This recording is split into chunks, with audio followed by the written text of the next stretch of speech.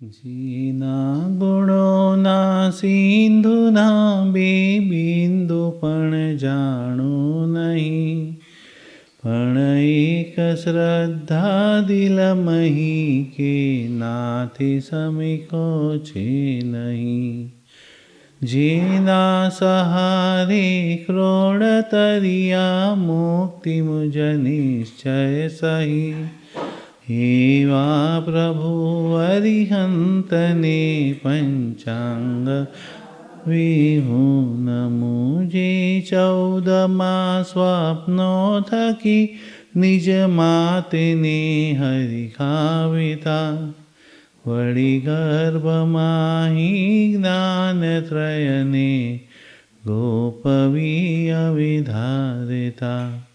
ને જન્મતા પહેલા જ 64 ઇન્દ્ર જેને વંદતા, એવા પ્રભુ અરિહંતને પંચાંગ ભાવે હું નમું. મારા પ્રભુ અરિહંતને પંચાંગ ભાવે હું નમું. પર્યુષણ મહાપર્વનો બીજો દિવસ આજનો. નિયમ પ્રમાણે કલ્પસૂત્રનું જે વાંચન, જે આપણે લગભગ સવારના ઝૂમ પર લેતા હોઈએ છીએ, 5 કર્તવ્ય ગઈકાલે હતા, આજના 11 કર્તવ્ય વગેરે વગેરે. એમાં એ પણ વાત થઈ કે પર્યુષણના પહેલાંના જમાનામાં 5 જ દિવસ હતા. એકમથી પાંચમ 5 જ દિવસના પર્યુષણ, પછી 3 દિવસ કેમ ઉમેરવામાં આવ્યા, કઈ રીતના પર્યુષણના 8 દિવસ થયા, એ સવારના પ્રવચનમાં આપણે બધી વાત થઈ. એમાં અષ્ટાનિકા નામના ગ્રંથની અંદર પહેલે દિવસે પર્યુષણમાં કરવાના 5 કર્તવ્ય, પર્યુષણમાં જ બીજે દિવસે આખા વર્ષના કરવાના 11 કર્તવ્ય, એ બધું કર્તવ્યનું વર્ણન બતાવે છે. પણ એ કલ્પસૂત્રનો વિષય છે, એ આપણે પછી વિચારશું. ગઈકાલના પ્રવચનમાં આપણે વાત થઈ કે ધર્મ ભગવાને 2 વસ્તુ માટે બનાવ્યો છે. ધર્મ ભગવાને 2 વસ્તુ, એક તો ગુણોનો વિકાસ અને બીજું દોષોનો નાશ. શું આપણામાં વધ્યું અને શું ઘટ્યું, શું વધારવાનું અને શું ઘટાડવાનું, ગુણોનો વિકાસ અને દોષોનો નાશ. એમાં શ્રાવક શબ્દોનો પણ અર્થ કીધેલો આપણે. શ્ર એટલે શ્રવણ તો કરીએ ને, શ્રાવક એટલે શ્ર એટલે શ્રવણ કર્યું. શ્રવણ કર્યું એટલે સાંભળ્યું તો ખરું, પણ શ્રવણ કર્યા પછી વ એટલે વાવ્યું કેટલું ને ક એટલે કાપ્યું કેટલું. ને વ એટલે કેટલું વાવ્યું અને ક એટલે કેટલું કાપ્યું. દોષોને કાપવાના છે, ગુણોને વાવવાના છે. બીજો અર્થ શ્રાવક શબ્દોનો અર્થ કરેલો. શ્ર એટલે શ્રદ્ધા, વ અને વિનય અને વિવેક, અને ક એટલે ક્રિયા. દર્શન એટલે શ્રદ્ધા એટલે દર્શન, વિવેક એટલે જ્ઞાન, અને ક્રિયા એટલે ચારિત્ર. બરાબર. દર્શન એટલે શ્રદ્ધા બરાબર છે. ભગવાનના વચનોમાં શ્રદ્ધા, તો પહેલાં શ્રદ્ધા કે પહેલાં સમજણ?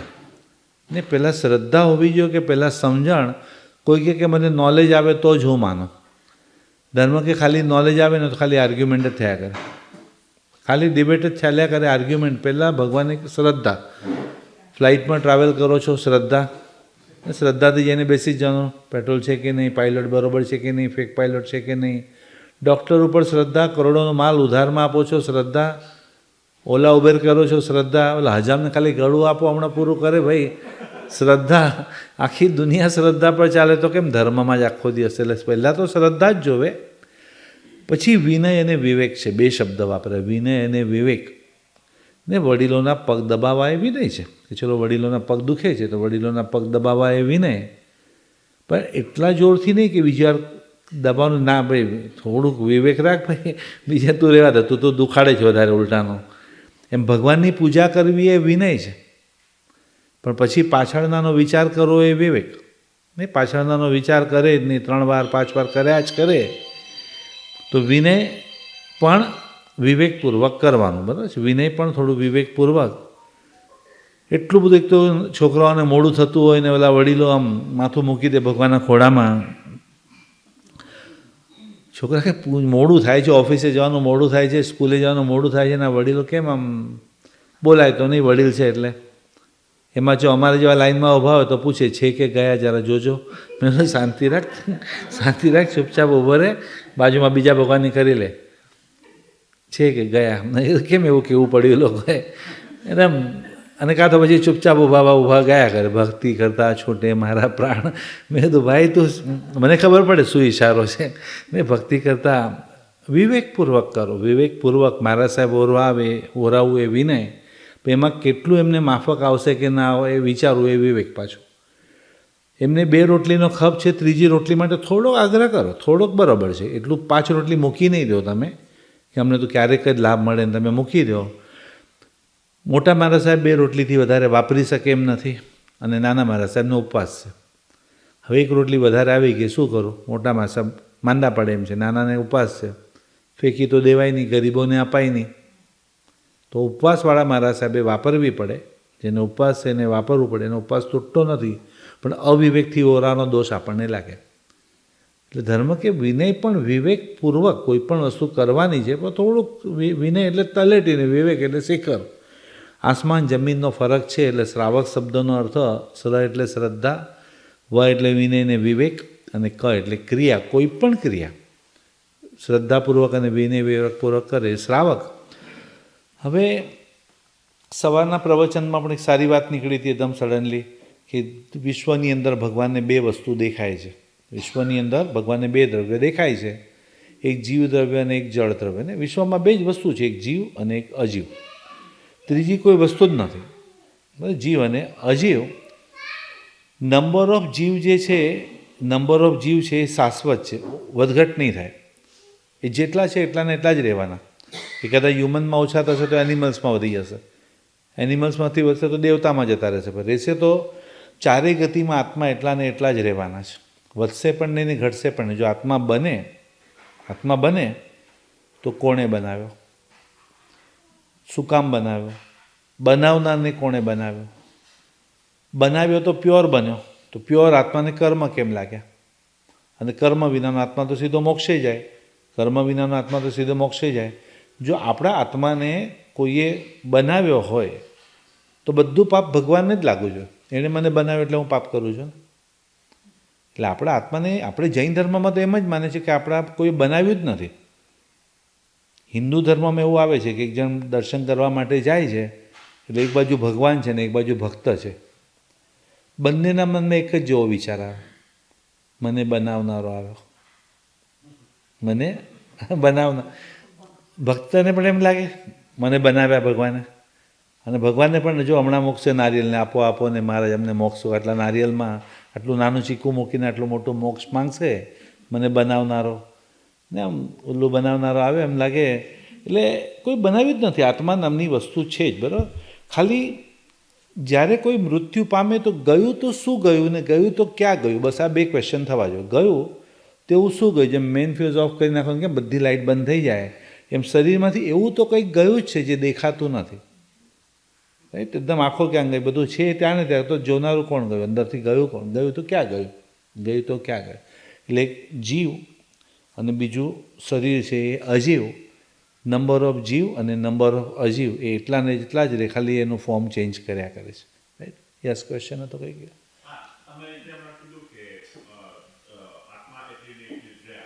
જી, હા જી, હા, રાઈટ. એ પણ મોક્ષમાં ગયા પછી પણ આત્મા તો આત્મા જ રહેવાનો છે ને. આત્મા ખાલી જન્મ મરણથી મુક્ત થયો, પણ નંબર ઓફ આત્મા તો યુનિવર્સમાં જ છે, વિશ્વમાં જ છે. શુદ્ધ થઈ ગયો છે, જન્મ મરણથી મુક્ત થઈ ગયો, પણ નંબર તો એટલા ને એટલા જ રહેવાના છે. એટલે કંઈ મોક્ષમાં ગયા પછી આત્મા મૃત્યુ પામતો નથી, હયાત છે, અને પોતાનું ઇનર હેપીનેસ એટલે પોતાના આત્માના સુખની અંદર એ જતો રહે છે એક જાત. એટલે નંબર એટલા જ રહેશે, નંબર ઓફ જીવ. અને મહાવીર નામ છે, ઋષભ નામ છે, એ શરીરનું હતું, એ અત્યારના અહીંયા જ છે. એ ખાલી એટમ્સ છે, એટલે એ એટમ્સ એમને પણ ફ્રેશ એટમ્સ ના મળે, એમને પણ કોઈના છોડેલા એટમ્સમાંથી જ પોતાની બોડી બનાવવી પડે. એટલે નંબર ઓફ જીવ અને નંબર ઓફ અજીવ એટલા ને એટલા જ રહે, વધઘટ થાય જ નહીં કોઈ દિવસ. તો આપણામાં કીધું કર્મ ન બાંધવા હોય તો શું કરવાનું? મારે કર્મ નથી બાંધવા તો શું કરું? તો કે જીવ ઉપરની કમાન્ડ અને અજીવની ડિમાન્ડ. જીવ પર બહુ કમાન્ડ નહીં, કે ન કેમ સમજે, તારા સારા માટે કહું જ ને, તારા ભલા માટે કહું જ ને. કમાન્ડર નહીં બનો તમે, ને લોકો તમારાથી દૂર થઈ જશે પછી. તમે કહો, સાંભળે તો સારું, ન સાંભળે છોડી દેવાનું. એ નથી સાંભળતો એનો અર્થ એવો નથી આપણું પુણ્ય ઓછું છે.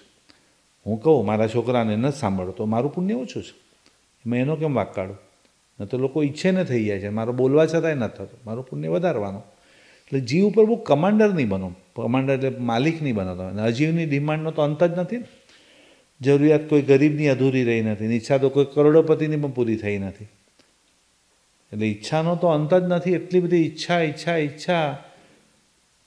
એટલે જીવ અને અજીવ વિશ્વમાં, અને બધી જ તમારી ઈચ્છાઓ જીવ હિંસાથી જ થવાની છે. ગાડી લેવી છે, ઘર લેવું છે, બધું બધાની ઈચ્છાઓ થાય, ના નથી, પણ બધું જીવ હિંસાથી જ છે ને. સાધુ મહારાજ સાહેબ દીક્ષા કેમ લે? સંસારમાં બહુ દુઃખ છે માટે? તો કે નહીં, સંસારમાં કોઈને દુઃખ આપ્યા વિના જીવાતું નથી માટે. સંસારમાં મોક્ષમાં કેમ આત્મા જાય? ત્યાં કંટાળીને, એવા કંટાળેલા લોકોને તો આવવા પણ નહીં દે મોક્ષમાં. અહીંયા નકામો બૈરીને છોકરાને કમાવાનું રાંધવાનું બધું, એના કરતાં મોક્ષમાં જતા રહીએ, એવું તો આવવા પણ ના દે મોક્ષમાં.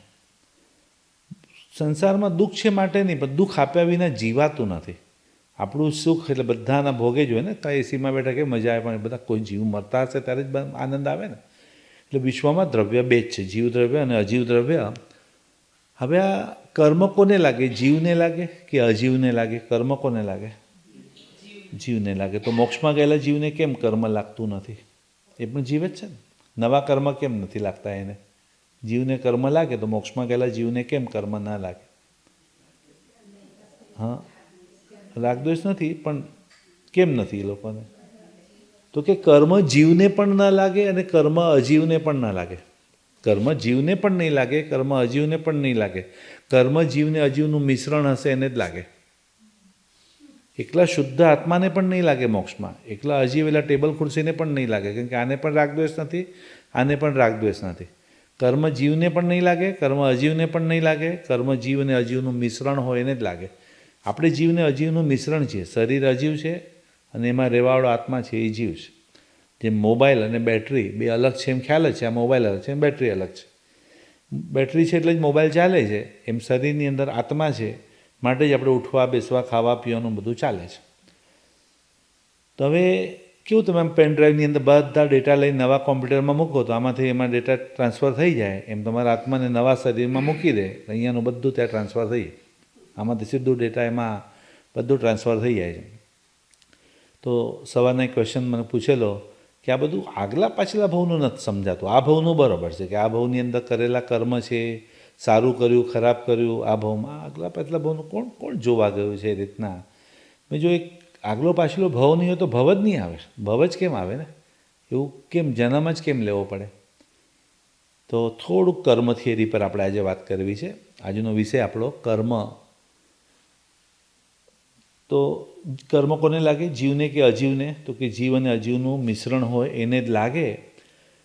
કર્મ એટમ્સના બનેલા છે. કર્મ એક એટમ્સ છે, પૂતગલ છે, આપણા આત્માની ઉપર લાગે અને એક ગતિમાંથી બીજી ગતિમાં. વર્ષો પહેલાં હું એ રીતના સ્ટુડન્ટને ક્વેશ્ચન પૂછતો કે સીડીનો જમાનો હતો, એ જમાનામાં રાઉન્ડ સીડી ને, હવે તો પેન ડ્રાઈવ આવી ગઈ એટલે ફટાફટ સીડીની અંદર કીધું એક ગમતા સોંગ છે, હિન્દી સોંગ વગેરે છે, એમ લાગે બહારગામ જઈએ ત્યારે સાથે લઈ જાઓ ને લગાડવાની મસ્ત મજા આવે, એક સીડી મૂકી દઉં. મેં તો અંદર જે ગમતા મસ્ત હિન્દી સોંગ મૂકેલા છે, આપણા ફેવરેટ સોંગ છે, બધા મૂકેલા છે. મેં ઇન્ડિયામાં તો બરાબર, આમ અમેરિકા જઈને વગાડો તો મેં કીધું ઇંગ્લિશ વાગે કે હિન્દી વાગે? પેલા મને કે જોયા કરે સર.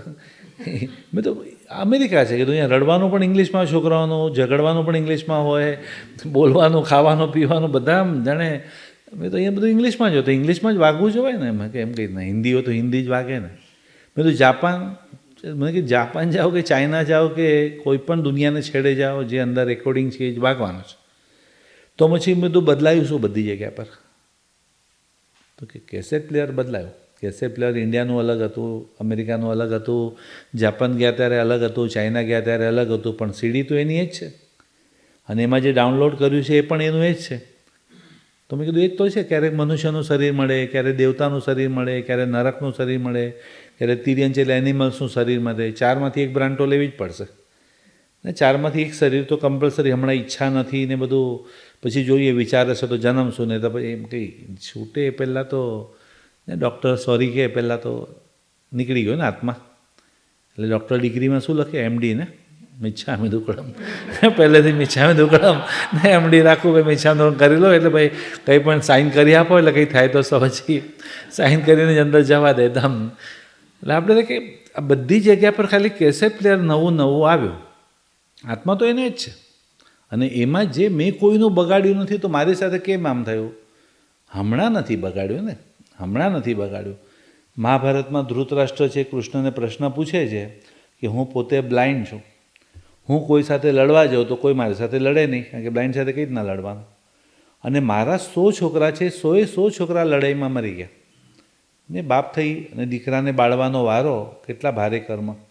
ફાધર થઈને સનને 2 છોકરામાંથી એકનું મરણ થાય તો એ વિચારે ચલો નસીબમાં એક હશે, નસીબમાં તો 100 છોકરા મરી ગયા. અને ઈર્ષ્યા તો એવી, એના પાછેમાંથી એકે ન માર્યા. બોલો, મારા તો 100 ગયા, એના તો પાછેમાંથી એકે નહીં. તો કે મેં એવા કયા કર્મ કર્યા હશે કે એ લોકોમાં કહેવાય છે, કૃષ્ણના જ્ઞાનથી જોઈને કહે છે કે આ કર્મ આજથી 40 જન્મ પહેલાં, 40 જન્મ પહેલાં તું શિકારીનો ભાવ હતો તારો, પક્ષીને પકડવાનું કામ કરતો હતો. ધીમે ધીમે ધીમે પક્ષી એટલા બધા હોશિયાર થવા માંડ્યા કે એ લોકોને ખબર પડી ગઈ અહીંયા અમને કોઈ જાળી પાથરીને પકડવાની ટ્રાય કરે છે. એટલે દાણા નાખેલા છે પણ પક્ષી ચણવા આવતા નથી. એટલે બધા પક્ષી ઉપર ઝાડ ઉપર બેઠા છે પણ ચણવા આવતા નથી. અને જો પક્ષી પકડાશે નહીં તો પૈસા ક્યાંથી આવશે? તો છોકરાને ખવડાવીશ ક્યાંથી? મારા છોકરા ભૂખ્યા રહે, સહન થતું નથી, પૈસા જોવે છે, પક્ષી પકડાતા નથી. એટલે કંટાળી અને એની જે ઝાડ હતી એ ઓઇલવાળી કરી અને ઝાડ ઉપર નાખી અને જે પક્ષી બેઠા હતા એના પર અગ્નિ નાખી દીધો. એટલે ચારે બાજુ પેલી નેટમાં આગ લાગી ગઈ. પક્ષી તો ઉડી ગયા ને, પક્ષી તો સડસડાટ કરતાં બધા ઉડી ગયા. ઉડતા ઉડતા એક પક્ષીના આંખની અંદર સ્ટાઇટ સ્પાર્ક જવાથી એ પક્ષી આંધળું થઈ ગયું. જિંદગી બચી ગઈ પણ એ ઉડી ગયું. બીજા બધા પક્ષી નીકળી ગયા અને જેવી ઝાડ ત્યાં નીચે પડી, બધા પક્ષીના મળી અને 100 એગ્સ એ ઝાડ ઉપર 100 એગ્સ. એટલે બીજાના તે 100 બચ્ચાને બાળ્યા. એટલે તને તારા હાથે 100 બચ્ચાને બાળવાનો વારો આવ્યો અને પક્ષીને તે આંધળું કર્યું, એટલે તને આંધળાનો ભાવ લેવો પડ્યો. સીધું જ હિસાબ છે આમાં. તો કોઈ સાયન્સ જ છે આમાં. 2+2 એટલે કોઈ એક્શનનું સીધું રિએક્શન છે એમાં. કોઈ આમાં આશ્ચર્ય તો ઉપર તો કોઈ બેઠું નથી કે ઉપર કે પતાવટ કરી જરા સમજી લઈએ કે એવું તો છે જ નહીં કે ભાઈ ઇન્ડિયન સ્ટાઇલ અહીંયા તો સિગ્નલ પર પણ ઊભા રાખે ને અમને તો મરાઠીમાં બોલે કાયદ્યાની ચાલા, પછી ખબર પડે કાયદ્યા 100 દ્યા 200 દ્યા કાયદ્યા ભાઈ 500 દ્યા ચાલા. અહીંયા તો હિંમત ન કરાય. પણ એટલે કહેવાનું થાય એવું કોઈ છે નહીં ઉપર. ચિત્રગુપ્ત નથી, યમદૂત નથી, ભગવાન નથી, દેવી દેવતા કોઈ છે નહીં કે આ બધું કોસ્મિક છે. તો તમે જે એક્શન છે એનો જ રિએક્શન આવવાનો. તો કે આ કર્મ તે 40 જન્મ પહેલાં, એટલે તરત ધૃતરાષ્ટ્રએ ક્વેશ્ચન પૂછ્યો તો પછી આ કર્મ મને 40 જન્મ પછી કેમ આવ્યું? તરત કેમ ના આવ્યો? તરત આવી જવું છે ને. તો તને 40 જન્મ એટલા માટે આપેલા, તું એટલા સારા કામ કર, એટલા બધા સારા કામ કર. એ સારા કામથી એટલું પુણ્ય બંધાય કે તારા ઘરે 100 બચ્ચાનો પરિવાર, આ મોટું આયુષ્ય પણ માણસોના લાંબા થાય જેમાંના 100 બચ્ચા ઘરમાં રમતા હોય તો કેવું હર્યું ભર્યું ઘર હોય, આમ ભર્યું ભર્યું ઘર. તો એટલું પુણ્યવાન કે તું 100 બચ્ચાની તને પ્રાપ્તિ થાય. પછી અમે એક સાથે લઈ લેશું.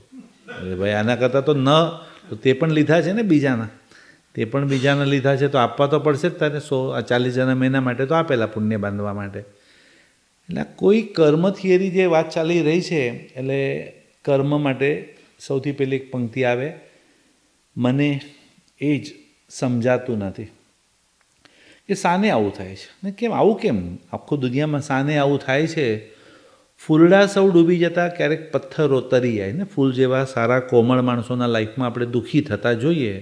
બિચારા આના લાઈફમાં આ વળી બીમારી ક્યાંથી આવી ગઈ, આના લાઈફમાં આ દુઃખ ક્યાંથી આવી ગયું ને. એના જુવાન છોકરો જતો રહ્યો ને ફેક્ટરીમાં આગ લાગે. આટલું ફૂલડા સૌ ડૂબી જતા ક્યારેક પથ્થરો તરી જાય. એટલું ખોટું કરતા હોય ને એ લોકોને મજા કરતા જોઈએ આપણે. બોલો, ઇન્ડિયામાં તો મિનિસ્ટરોને જોઈએ તમે, ફૂલડા સૌ ડૂબી જતા ક્યારેક પથ્થરો તરી જાય છે. ખાનારું જ્યાં કોઈ નથી ને ત્યાં અન્ન તણા ભંડાર છે અને ભૂખ્યા પેટે સુનારા બાળકો પણ બેશુમાર છે. જ્યારે ગરીબોના પેટમાં એક તેલનું ટીપું દોલાય છે ત્યારે શ્રીમંતોની કબર ઉપર તો ઘીના દીવા થાય છે ને. મને એ સમજાતું નથી કે સાને આવું થાય. આવું કેમ? કંઈક તો પરફેક્ટ કરો ભગવાન કે હું મારા હાથમાં થોડી જ કે હું તો ખાલી ટીચર છું, હું ટીચ કરું. ચાલવું તો તમારે જ પડશે એ માર્ગે. એટલે એક મનુષ્યની અંદર જુઓ તો કોઈ શેઠ છે, કોઈ નોકર છે, કોઈ હોશિયાર છે, કોઈ બુદ્ધુ છે, કોઈ સુંદર છે, તો કોઈ કદરૂપ છે, કોઈને યશ છે, તો કોઈને અપયશ છે, કોઈ ઓછી મહેનતે ઘણું કમાય, તો કોઈ ઘણી મહેનતે વધારે ઓછું કમાય છે. મનુષ્યની અંદર તિરેંજ ગતિમાં પણ કોઈ પાડેલા છે, તો કોઈ રખડતા છે, કોઈ ગાય રસ્તામાં પૂજાય છે, તો કોઈ કતલખાનામાં કપાય, કોઈ ફૂલ ભગવાનને ચડે, તો કોઈ ડેડ બોડી પર ચડે, કોઈ માર્બલમાંથી પ્રતિમા બને, તો કોઈ પગ નીચે ખૂંદાય છે. દેવગતિમાં પણ સરસ્વતી દેવી હોય, મોર ઉપર બેસીને આવે, તો ત્યાં દેવલોકમાં મોર ક્યાંથી આવી ગયો? તો કોઈ દેવીને મોરનું રૂપ લેવું પડે. ઇન્દ્ર હોય, ગરુડ પર બેસીને આવે, કે ઐરાવત હાથી પર, તો એવા નોકર દેવતા થવું પડે. ત્યાં ગળામાં ઢોલ આવીને નાચવું પડે. એટલે દેવલોકની અંદર પણ આવા શેઠ દેવતા અને નોકર દેવતા ને બધું હોય. અને નરકમાં તો દુઃખી હોય, પણ કોઈ ક્ષમતાથી ભોગવતા હોય. ક્ષમતા ત્યાં પુણ્ય જેવું ન હોય, પણ ક્ષમતાથી ત્યાં ભોગવતા હોય ત્યાં. એટલે ચારે ચાર ગતિની અંદર ભેદભાવ, એટલે ગતિ તો દૂરની વાત છે, એક પરિવારમાં જુઓ તો ભેદભાવ જોવા મળે. સગા ટ્વિન્સ ભાઈ હોય તો પણ ફરક જોવા મળે. ટ્વિન્સ બ્રધર હોય તો પણ 3-4 મિનિટનો ફરક હોય, તો 3-3 વર્ષના લગ્નના ફરક. બોલવાના લગ્ન થઈ ગયા, પહેલાં છોકરી જ ન મળતી હોય. આપણે તો કે આ બધું 3 કર્મ થિયરી જ છે. મનુષ્ય ગતિમાં તો કર્મ થિયરી, દેવગતિ, ચારે ચાર ગતિની અંદર. એટલે અમારી પાસે નોર્મલી કોઈ પણ ભણવાની શરૂઆત કરીએ ને ત્યારે 3 વસ્તુ માટે પહેલાં સાઇન કરાવવાની ઈચ્છા રાખીએ કે એવું શું છે તમારા શરીરમાં કે જે દેખાતું નથી, પણ તે છતાં તો કે એવું કંઈક છે તો ખરું જ. બરાબર. આઈ અને માયમાં શું ફરક? આઈ અને માયમાં, આઈ કોને કહેવાય અને માય કોને કહેવાય? આઈ એટલે હું અને માય એટલે મારું. તો માય શબ્દ ક્યારે બોલવાનો? ઇંગ્લિશ છે, અમેરિકા, આટલું તો બોલતા આવડે જ ને આપણને. તો માય શબ્દ ક્યારે બોલવાનો? માય શબ્દ જ્યારે કોઈ વસ્તુ પારકી હોય ત્યારે. મારી પણ પારકી હોય ત્યારે. માય બોડી કે આઈ બોડી? માય બોડી ને. My husband, my son, my daughter, my house, my money, my office. એટલે માય શબ્દ ક્યારે બોલાય? જ્યારે કોઈ વસ્તુ પારકી હોય ત્યારે. અને આઈ એટલે હું. હું આત્મા છું એમ બોલાય, પણ હું શરીર છે એવું ના બોલાય. આઈ અને માયમાં ફરક. તો આ મારું શરીર છે એવું બોલનારો કોણ છે અંદર, જે દેખાતો નથી? તો કે તો ના દેખાય. તો ઘણા બધા અહીંયા જોઉં છું, ક્યાંય ને ક્યાંય ઓફિસ હોય, બોસને તો ક્યારેય જોયા પણ ન હોય, તો પણ બોસને જોયા નથી તો ઓફિસો તો ચાલતી જ હોય છે. ત્યાં માલિક કોણ? તો કે માલિક ખબર નથી કોણ, કયા દેશમાં રહે છે, પણ કેમ શરીરની અંદર આત્મા દેખાતો નથી, પણ છે. ભલે છે, હવા પણ દેખાતી નથી. ઘણી બધી આંખમાં પડે તો કચરોય દેખાતો નથી. આકાશમાંથી ઉડતા ઉડતા ઈગલને જમીન ઉપર સમજો સાપ દેખાય છે, આપણને નથી દેખાતો. આપણને નથી દેખાતો એનો મતલબ એ નથી કે નથી, આપણને નથી દેખાતો, છે તો ખરો જ ને ભાઈ. તો આત્મા નામની વસ્તુ જે છે આપણા શરીરમાં, એમાં અમારે બપોરે વાત થઈ હતી કે શરીરમાં જે કર્મ બાંધે એ આત્મા કહેવાય, કર્મ બાળે એ મહાત્મા કહેવાય, અને કર્મ જેમના બળી ગયા એ બધા પરમાત્મા કહેવાય. બપોરના સબ્જેક્ટમાં અમારે કર્મ જે બાંધે એ આત્મા, કર્મ બાળે એ બધા મહાત્મા એટલે મારા સાહેબને, કર્મ જેમના બળી ગયા છે બધા પરમાત્મા છે. પણ ત્રણેયમાં ફરક શું? તો કે કાંઈ નહીં. ભગવાનનો આત્મા હોય કે મારા સાહેબનો આત્મા હોય કે દેવી દેવતાનો આત્મા હોય, સરખા જ છે. આત્મામાં શું ફરક હોય? આત્મા એક જેવી હોવા છતાં પણ ડિફરન્સીસ કેમ છે? ભગવાન સરખા છે તો પણ ઋષભદેવને કેમ વર્ષી તપ કરવો પડ્યો? મલ્લીનાથ ભગવાન કેમ સ્ત્રી તરીકે જન્મ્યા? મહાવીર સ્વામીને કેમ એના દીકરી જમાય વિરોધી થયા? પાર્શ્વનાથ ભગવાનને કેમ આટલું બધું દુઃખ આવ્યું 10-10 ભાવ સુધી? બિકોઝ કર્મ છે ને. ભગવાનમાં પણ કર્મના કારણે ફરક હોય. એટલે આત્મા છે, સેકન્ડ નંબરમાં કર્મ છે, અને થર્ડ નંબરમાં એ કર્મ ક્યારે કરે? થર્ડ નંબરમાં કર્મ ક્યારે કરે? જન્મ્યા ત્યારથી તો કર્મ નહીં કર્યા હોય, આગલા ભાવના જ હોય. એટલે જો ગયો ભાવ છે તો આગલો ભાવ પણ છે, પ્રીવિયસ બર્થ છે તો રીબર્થ પણ હોવો જ જોઈએ. એટલે પહેલાં આત્મા છે, સેકન્ડ નંબરમાં કર્મ છે, અને થર્ડ નંબરમાં આત્માનો અહીંથી મર્યા પછી રીબર્થ ને, રિન્કાર્નેશન, અહીંથી મર્યા પછી રીબર્થ. અને રીબર્થ ન હોય તો કાં તો બધા જ ઝૂંપડામાં જ જન્મવા જોઈએ, કાં તો બધા જ મહેલમાં જન્મવા જોઈએ. જો ન હોય રીબર્થ અથવા પ્રીવિયસ બર્થ ન હોય તો બધાના કર્મ સરખા જ હોય ને. કોઈ કેમ જન્મ્યા ત્યારથી ક્યાં વાપરવું એ ચિંતા, ને બીજાને ક્યાંથી લાવવું એ ચિંતા. તો કે એ તો કર્મ થિયરી છે. ક્યારે કર્યો? તો કે ગયા ભાવમાં. બરાબર. 3 વસ્તુ છે. આત્મા છે, કર્મ છે, આત્માનો અહીંથી મર્યા પછી રીબર્થ છે.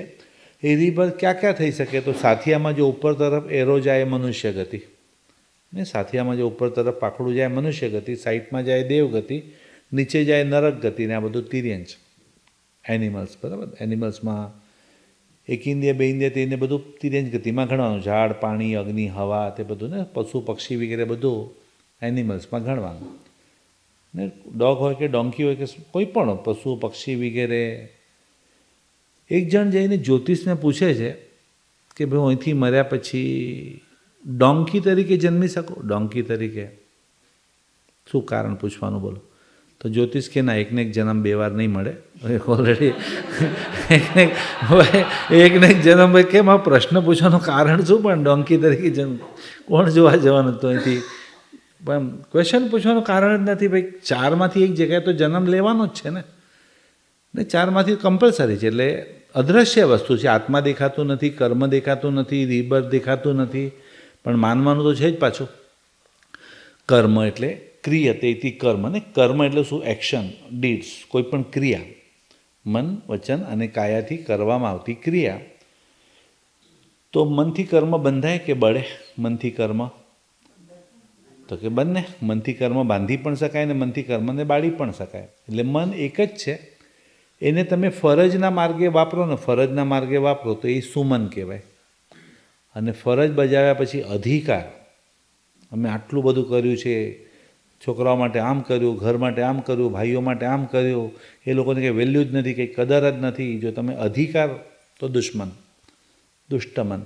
મન એક જ છે. એને સુમન બનાવવું, એને દુશ્મન બનાવવું એ આપણા હાથમાં. ફરજ બજાવવાનો, અધિકાર નહીં જમાવાનો. રામાયણમાં ફરજ આવે કે અધિકાર આવે? રામાયણમાં બધા પોતાની ફરજ બજાવે ને. કૌરવ ને બધા. દશરથે પ્રોમિસ આપ્યું તો એ રામે જવાનો. રામ જાય એટલે સીતાએ પણ જવાનું. સીતા જાય એટલે લક્ષ્મણ સેવા માટે જાય. ઉર્મિલા કે હું આવું તો કે નહીં, અહીંયા સેવા કોણ કરશે વડીલોની? એટલે ખૂબ બધા પોતાની ફરજ જ બજાવે. મેં મારા પાઠશાળામાં પૂછેલું, મેં તો રામને વનવાસ માંગ્યો, તો રામને વનવાસ માંગ્યો તો સીતાએ કેમ જવાનું સાથે? એને તો વનવાસ નહોતો, એ તો પોતાના પપ્પાના ઘરે જતી રહી 14 વર્ષ માટે. પછી આવે, પછી તમે આવો ત્યારે આવશું ઘરે આપણે, ત્યાં સુધી એમાં એને વનવાસમાં જવાની શું જરૂર હતી? અહીંયા તો ભયંકર જવાબ આપ્યો મને કે સર અહીંયા રહીને 3 સાસુની સેવા એના કરતાં જંગલમાં પતિ સાથે રહેવું સારું. મેં ભાઈ તો આખી રામાયણ બદલી નાખીશ તું રામાયણ. મને ભૂલથી પ્રશ્ન નહીં પૂછ્યો તને કોઈ દિવસ આખું કીધું. મેં કે ઓછું દુઃખ છે સર એના કરતાં. ત્યાં કરીને જંગલમાં દુઃખ આવીને કેટલું આવવાનું? ભેગા તો છે અહીંયા 3 મોટું દુઃખ. આખી રામાયણ બદલી નાખશે ક્યાંક. સાચા આવા જવાબ આપે, ખતરનાક જવાબ આપે લોકો બધા. મને પૂછે ને એકદમ. કર્તવ્ય અને બલિદાનનું મહાસંગીત છે રામાયણ. એટલે કર્તવ્ય અને બલિદાન બધા જ એકબીજા માટે સેક્રિફાઈસ કરે છે. અને અહંકાર અને અધિકારનું મહાસંગ્રામ એટલે મહાભારત. મહાભારતમાં અહંકાર જ બધાની કોઈ છોડવા જ તૈયાર નહીં. બધા જ અધિકાર અધિકાર અધિકાર, બધા રાઇટ્સ માટે લડ્યા કરે. રામાયણ લાવવું કે મહાભારત લાવવું આપણા હાથમાં છે ને. બધું મનનું છે, બધું મનની અંદર. મનવા તું રાવણ તું રામ, મનવા તું રાવણ તું રામ, તું હિ કૌરવ તું હિ પાંડવ, મનવા તું રાવણ તું રામ. કુરુક્ષેત્રના રણ મેદાનમાં પલપલનો સંગ્રામ. આપણું હૃદય કુરુક્ષેત્રનું મેદાન છે. આપણું મન જ રામ છે, આપણું મન જ રાવણ છે. કોઈ રામ રાવણ છે જ નહીં. ક્યારેક આમ બહુ સારી સારી ભાષા વાપરતા એટલે સમજવાનું કોઈ સત્સંગ કરીને આવ્યો લાગે છે કે આમ જવા દેવાનું. જાય મારું નહીં, મારું એ જાય નહીં, હાથમાંથી જશે, નસીબમાંથી ક્યાંય જવાનું જ નથી. તેમ લાગે કે સારું કોઈ પ્રવચન સાંભળીને આવ્યો લાગે છે. પણ આમ 2 દિવસમાં સત્સંગનો મૂળ ઉતરે. મૂરખ કેમ બનાવે છે? મૂરખ કેમ? દાનમાં આપી દઈશ એમ લેવા નહીં દો. એ મૂરખ ગણે જ બોલતો નથી એટલે પાછો રાવણ આવી ગયો. એટલે આપણે જવા દેવું છે તો જવા દો ને. દાનમાં આપવાનું તો એ દાન સમજીને જવા દો ને. તો કે નહીં, રાવણ આવી જાય પાછો. એટલે મન છે એને સુમન બનાવવું કે દુશ્મન બનાવવું મનથી, બરાબર? એટલે મનથી કર્મ બંધાય. હવે જ્ઞાનીઓ તો જે મનથી કર્મ બાંધ્યા છે એ જ મનથી કર્મ બાળ્યા છે. પ્રસન્નચંદ્ર રાજર્ષિ ભગવાનને પૂછ્યું હતું કે હમણાં મારે તો 7મી નરકે જાય, અને ક્ષણની અંદર તો કે કેવળ જ્ઞાન સીધું. એ જ મનથી કર્મ બાળ્યા, અને એવા કર્મ બાળ્યા કે જ ભવે મોક્ષ. મનથી કર્મ બાંધી પણ શકાય, મનથી કર્મને બાળી પણ શકાય. વચનથી કર્મ બંધાય કે બળે? તો કે બંને. વચન શણગારી પણ શકે ને વચન સળગાવી પણ શકે. વચન છે, શબ્દ બોલો નહીં ત્યાં સુધી તમે એના માલિક છો. બોલ્યા પછી તમે ગુલામ. શબ્દ બોલ્યા પછી ગુલામ, પતી ગયો. હવે છૂટેલું તીર પાછું ના આવે, એમ બોલેલા શબ્દ પાછા ના આવે. એટલા માટે હોઠનો આકાર તીરનો લીધેલો ને. એ જે હોઠ છે એ જે તીરનો જે વાઘ બાણ નીકળે ને ને દ્રૌપદી બોલતા તો બોલી ભાઈ સંધે કે પછી અંધેય હોતે, એના માટે દેવર છે, દેવરની મજાક કરવી, એક હસતા હસતા ધાપકીને પાણીમાં પડે છે. આંધળા છોકરા તો આંધળા જ હોય. હવે ઓલરેડી ને ફાધર બ્લાઇન્ડ છે અને ઉપરથી આવું કોઈ પડે અને ત્યારે હસે, કોઈ કંઈક પડે અને ઉપરથી હસે ને આવું બોલે તો કેટલું આમ અહંકાર, એટલું ખરાબ લાગ્યું ને. આમ કૃષ્ણ તો ખબર પડી તો મરી ગયા, બહુ મોટી ભૂલ કરી નાખી આ સ્ત્રીએ, બહુ મોટી ભૂલ કરી છે. એટલે કૃષ્ણ એમ પૂછ્યું તે શું કર્યું આ બધું? તો કે નહીં, એ દેવર હતો, બસ મસ્તી મજાક, બસ એ પાણીમાં. તો કે તને ખબર પડે છે આનું શું કેટલું મોટું રિઝલ્ટ ખરાબ આવવાનું? આ તારું ક્ષણનું ભાવ મરણ છે ને કરોડોનો દ્રવ્ય મરણનું કારણ બનશે. હવે જોજે, તું જરાક મનથી જાગૃત નથી રે, કરોડોનું શરીર કપાશે, તું નિમિત્ત બનવાની, બધું પાપ તને લાગવાનું. હવે દ્રૌપદીને બહુ પશ્ચાતાપ થાય કે શું મેં મજાકમાં ને મજાકમાં, તો કે હું જઈને માફી માંગી લઉં, હું દુર્યોધન પાસે જઈને માફી માંગી લઉં એના ઘરે જઈને. તો કે તારો પશ્ચાતાપ પણ સાચો છે, તને જે અંદરથી ગિલ્ટ એટલે પશ્ચાતાપ થાય છે એ પણ સાચું છે, તું પ્રાયશ્ચિત એટલે એના ઘરે જઈને પ્રતિક્રમણ કરવા જાય છે, માફી માંગવા જાય છે એ પણ સાચું છે. પણ એ દુર્યોધન છે ને, હવે એ નહીં છોડે પાછો. તું માફી માંગે ચાલે પણ એ નહીં છોડે તો નહીં ચાલે પાછો. ખામેમી સર્વજીવે નહીં ચાલે, સવ્વે જીવા ખમન તુમે, સર્વજીવ તમે પણ મને ક્ષમા, એક ક્ષમા આપશે તો જ મળશે, નહીં તો નહીં મળે. ને તમે અભિમાનમાં બોલો મેં તો મારી તમે ઈચ્છામ નોકરમ કર્યો, હવે એ ન કરે, એના કર્મે ભોગવશે, આવું બોલે તો માફી પણ ન મળે. એ ન ચાલે. વન વે છે આમાં, વન વે ને ટુ વે છે, પરસ્પર ક્ષમાપના છે ને, અરસ પરસ. તો કે હવે કંઈ નહીં, તો કે કંઈ નહીં, દુર્યોધન છે છોડશે જ નહીં. અને વર્ષો પછી જ્યારે એના વસ્ત્રહરણ થાય છે તો પગે લાગે છે, હું ભાભી છું, તમારે ન કરાય મારી સાથે આવો, તરત જ શબ્દ આવે, અમે આંધળા જ છીએ ને. વસ્ત્રહરણ થાય તો અમે આંધળા જ છીએ. એના એ જ શબ્દો કોસ્મિકમાંથી એ જ ભાવમાં આવ્યા, બાકી આ 10-15 ભાવ પછી પણ આવી શકે.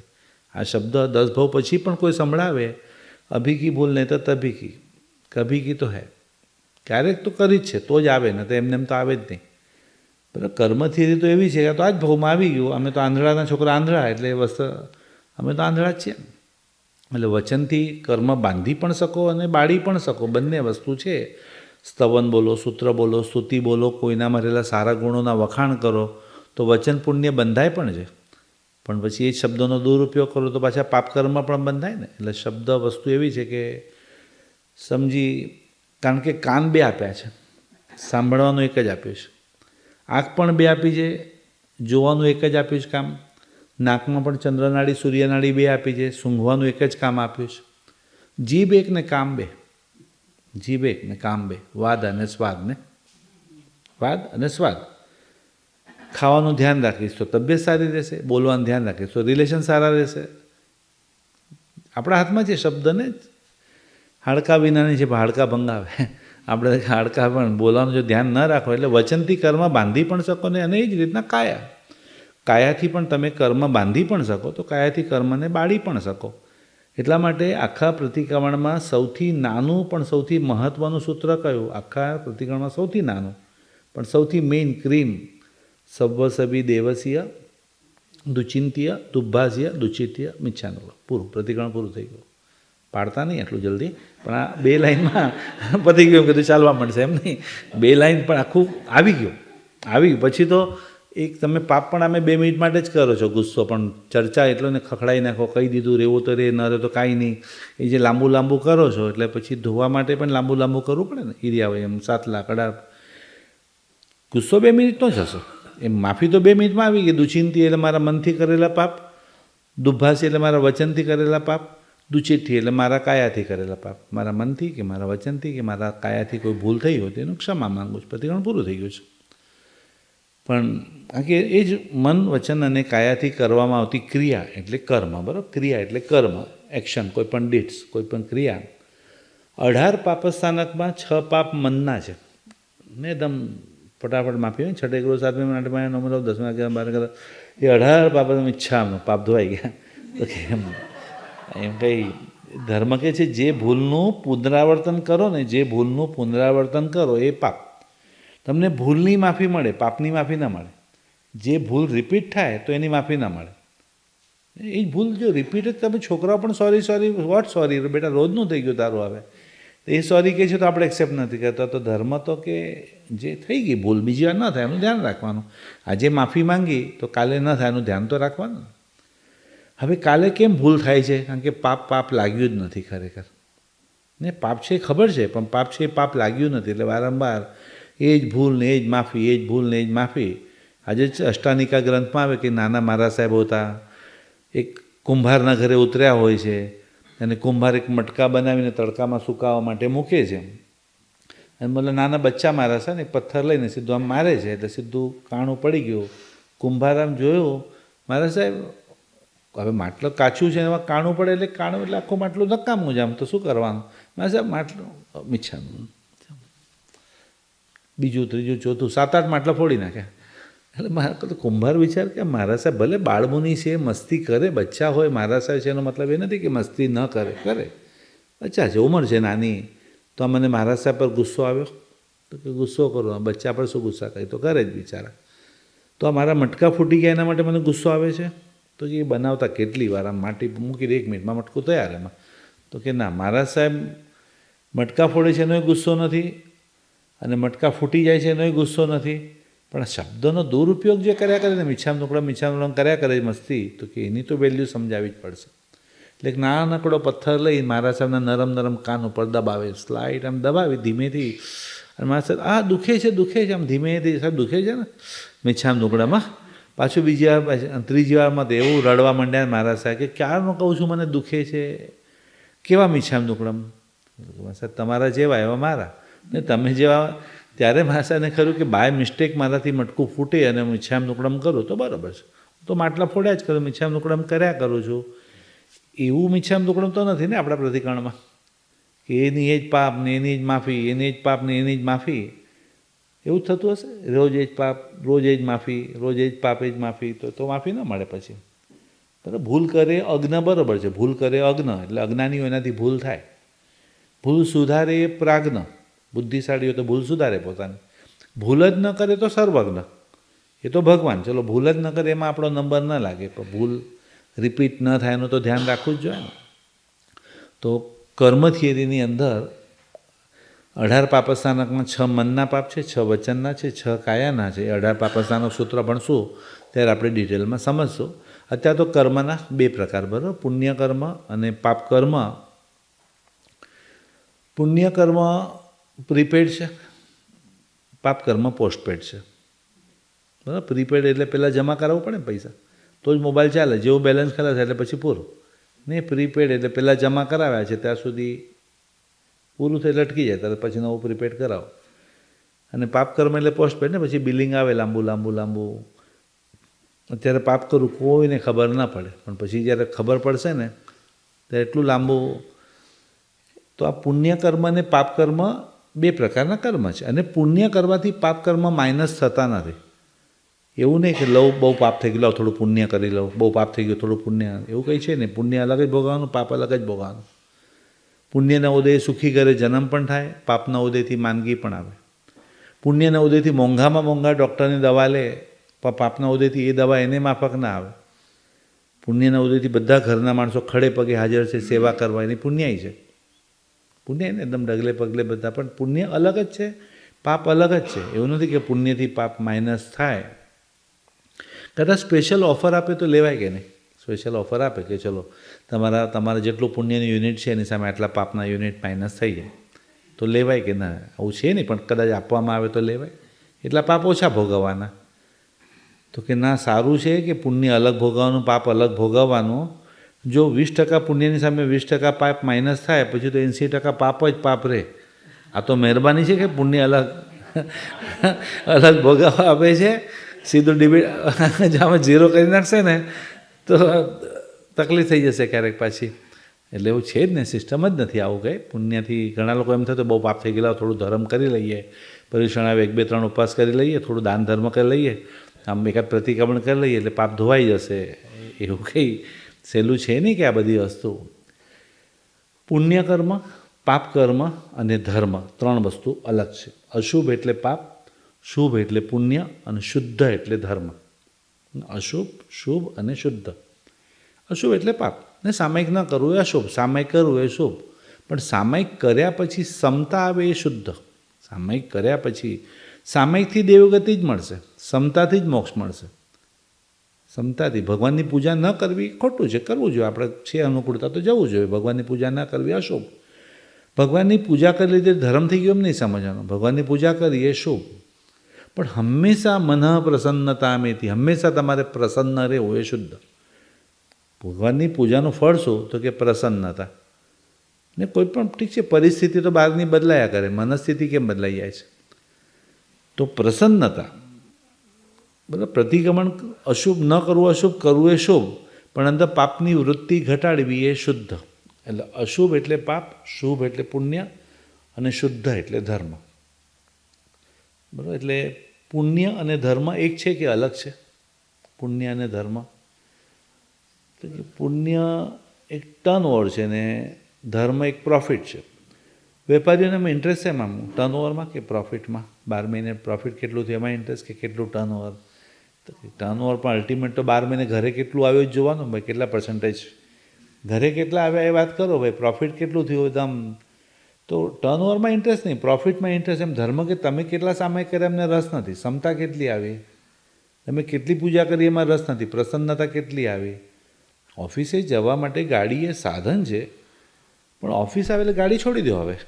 એમ સ્વભાવ પરિવર્તન માટે ક્રિયા એ સાધન છે, ક્રિયાને નહીં પકડો. ક્રિયા દ્વારા જે પરિવર્તન, એટલે એક જ લાઈનમાં કોઈ પૂછે કે ધર્મ કોને કહેવાય, તો કે ધર્મ એટલે પરિવર્તન, ટ્રાન્સફોર્મેશન. પુનરાવર્તન પણ નહીં, પુનરાવર્તન પણ નહીં. એમ દર 14ના અતિચાર બોલી જાય એટલે શું, એટલે નવા પાક્કા કરેલા જ ને, એટલે દર 14 બોલી જાય એટલે પાક્કા થઈ જાય. હમણાં જો 7 લાખ સૂત્ર અઠવાડિયા પહેલાં પાક્કું કર્યું છે, એટલે પ્રતિક્રમણમાં રોજ બોલી જાઓ, એટલે પુનરાવર્તન નહીં. ભલે ચોપડીમાં જોઈને વાંચી લેજો ને તમે તારે, પણ પરિવર્તન. ધર્મ એટલે પરિવર્તન. અશુભ એટલે પાપ, શુભ એટલે પુણ્ય, અને શુદ્ધ એટલે ધર્મ. 3 વસ્તુ અલગ જ છે, બરાબર. તો પાપથી ન સમજો કે ખરાબ ગતિ મળતી, પુણ્યથી સારી ગતિ મળતી હોય, પણ ધર્મથી સીધું મોક્ષ એટલે ગતિ જ ન મળે આપણને ક્યારે. તો આવા કર્મના મુખ્ય 2 પ્રકાર છે, પુણ્ય કર્મ અને પાપ કર્મ. 2 પ્રકારના. એટલે આત્મા છે, કર્મ છે, અહીંથી મર્યા પછી આત્માનો, અહીંથી મર્યા પછી પાછો રીબર્થ એટલે પુનર્જન્મ પણ છે, અહીંથી મર્યા પછી પુનર્જન્મ. બોલો, હવે વચ્ચે કોઈના કંઈક ક્વેશ્ચન હોય તો પહેલાં આપણે પૂછી લઈએ, પછી આપણે શરૂઆત કરીએ આગળ.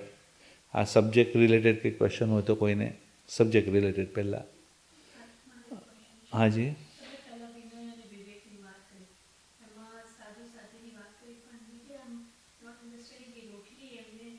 ઉપવાસવાળામાં હશે, વાપરવી પડશે.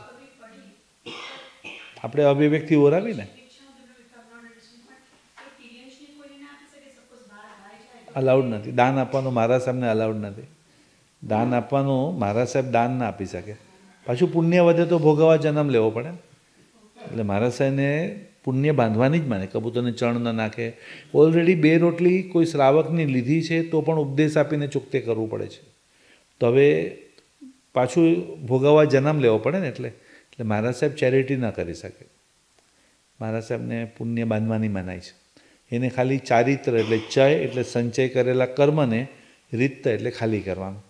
જે આત્મામાં જન્મો જન્મના ભેગા કરેલા કર્મ છે એને રીત એટલે ખાલી કરે મહારાજ સાહેબ. એ પૂજા કરવા પણ ના આવી શકે. કબૂતરને ચણ નહીં, ગાયને ઘાસ, ઇવન જાત્રા કરવાની પણ આમ મનાય છે. અમદાવાદ સુધી આવ્યા છે અને શંખેશ્વર જે આવે અલગ વાત છે, પણ આપણી જેમ સ્પેશિયલ શંખેશ્વર ન જઈ શકે. એટલે આપણે એમને પૂછીએ સુખ સંયમ યાત્રા નિર્વહો છોજી. સંયમની યાત્રા, સંયમ એ જ યાત્રા છે તમારે. તમારે કોઈ યાત્રા કરવાનું અલગ કારણ નથી. તમે જે ચારિત્ર પાડો છો એ જ યાત્રા તમારે. એટલે મહારાજ સાહેબને આમ ગરીબને આપવાનું, પશુ પક્ષીને આપવાનું અલાઉડ નથી, એ રીતના ના આપી શકે. એટલે વિનય પણ થોડુંક વિવેકપૂર્વક ને પાછું નથી હોતો. ઘણા લોકોમાં આમ માંડ લાભ મળતો હોય, વિચારતા જ નથી સામેવાળાને કેટલું માફક આવશે, નહીં આવે, એ વિચારે જ નહીં. ઇવન ઘણા વડીલો પણ એવા હોય. આમ કોઈ જરાક પડી જાય વડીલને, આપણે એમ થાય કે લાવ હાથ પાક સપોર્ટ આપીને ઊભા કરીએ, તરત આશીર્વાદ, બેટા તે મને ઉપાડ્યું, ભગવાન તને ઉપાડે. એટલે ભાઈ આવા આશીર્વાદ નહીં આપો, તું મને ઉપાડે ભગવાન. આ જરા વિવેક તો રાખો. આશીર્વાદ મને એમ કે જરાક સારા આશીર્વાદ, ભગવાન તને ઉપાડે. આપણે કંઈ આવા આશીર્વાદ કંઈ ના અપાય તમારે. એમ રાઈટ. 2 પ્રકારના કર્મની આપણે એને સાજી આગળ જી उपदेश उपदेश दे सकते, उपदेश दे आदेश नहीं दे सकते।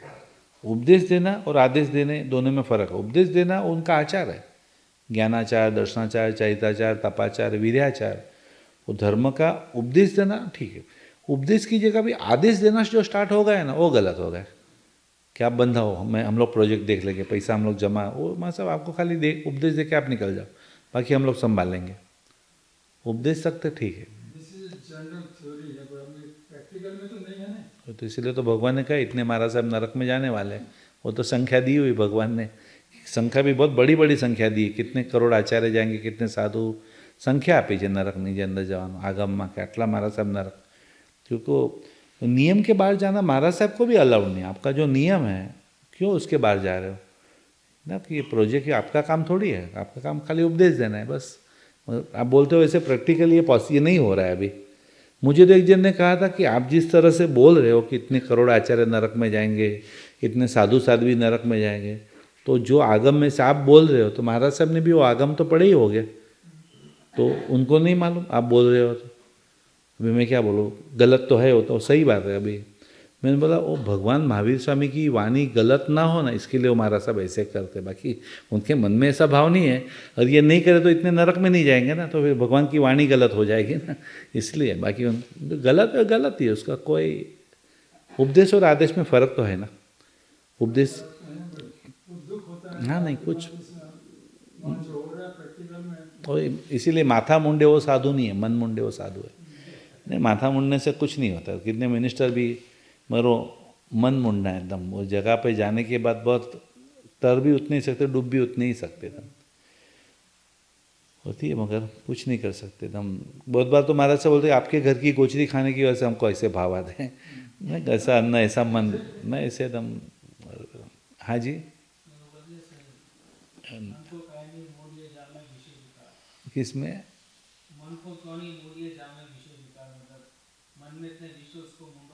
हाँ हाँ, मन के अंदर, मन के अंदर जो अशुद्ध मन को, वही मन ही सबसे मेन है ना। मन से एकदम वही एकदम, जैसे कृष्ण जो घोड़े चला रहे हो, 5 इंद्रिय है, उसके ऊपर जो अर्जुन है, कृष्ण है, वो सारथी है, वो जो मन है, उसके ऊपर फिर आत्मा है ना। वो मन के अंदर ही है कि कितनी क्लच देना है, कितना ब्रेक देना है एकदम। मन को ज़्यादा भी कंट्रोल मत कि ज़्यादा तूफान करे, और इतना छूट भी मत दो मन को। मन को अपने हाथ में, एक जन तो बोलता मन को कोई कंट्रोल कर ही नहीं सकता है, इम्पॉसिबल, मन को कोई कंट्रोल ही नहीं कर सकता है तो एकदम। तो राजा ने कहा मेरे मित्र को कोई भी गुने के अंदर जेल के अंदर डाल दो, कोई भी गलती की उसको जेल के अंदर डाल दो। जेल के अंदर डाल दिया।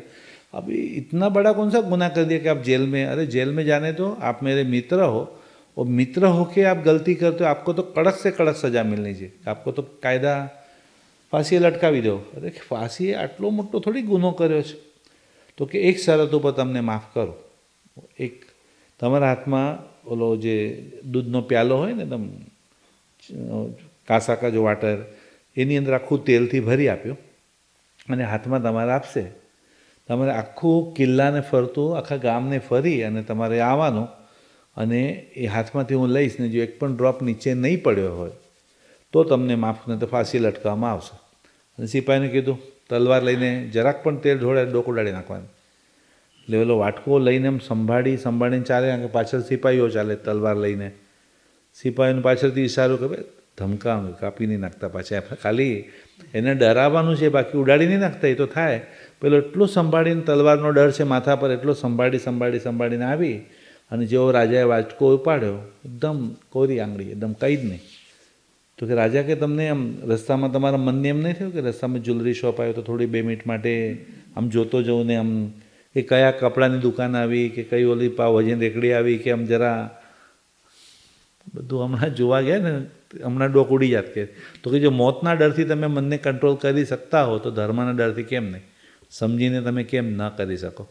એટલે એવું છે નહીં કે ખાલી મનને તમે જોનારા બનો, બસ મનને જે રીતના મનમાંથી જે વસ્તુ પાસ થાય છે એને તમે જોયા કરો, એને પણ જવા દેવા તમારે કરી તો શકાય, એવું તો છે જ। ખાલી મનને કંટ્રોલ રાખવા માટે જવાનું રિવર્સમાં કીધું ભગવાને, ઠાણેનમ, મોણેનમ અને પછી જાણેનમ। તમારી કાયાને સ્થાન વડે સ્થિર કરો, થોડું કાયાને સ્થાન એટલે થોડો બહારનો વ્યવહાર ઓછો કરશો ને તો તમારું મોણેનમ, તમારું બોલવાનું પણ ઓછું થઈ જશે। અને બોલવાનું ઓછું થાય તો તમારું વિચારવાનું પણ ઓછું થાય. બરાબર, તમારે 20 વાક્ય બોલશો તો 40 વાક્ય વિચારશે મગજ. તો પહેલાં ઠાણેનામ એટલે ને લોકડાઉનમાં જોયું, બહાર જવાનું ઓછું હતું તો બોલવાનું ઓછું હતું, બોલવાનું છે એટલે વિચાર, એકદમ માનસિક શાંતિ જ હતી, એકદમ રિલેક્સ હતું, કંઈ ચિંતા, એકદમ 2 દિવસો મળ્યા હતા, કેવું મન બિઝી થઈ ગયું, પાછું બોલીએ એટલે ઠાણેનામ મોણે મન, પહેલાં કાયા, પછી વચન ને પછી મન, એવી રીતના જ જવું પડે. એટલા માટે હાજી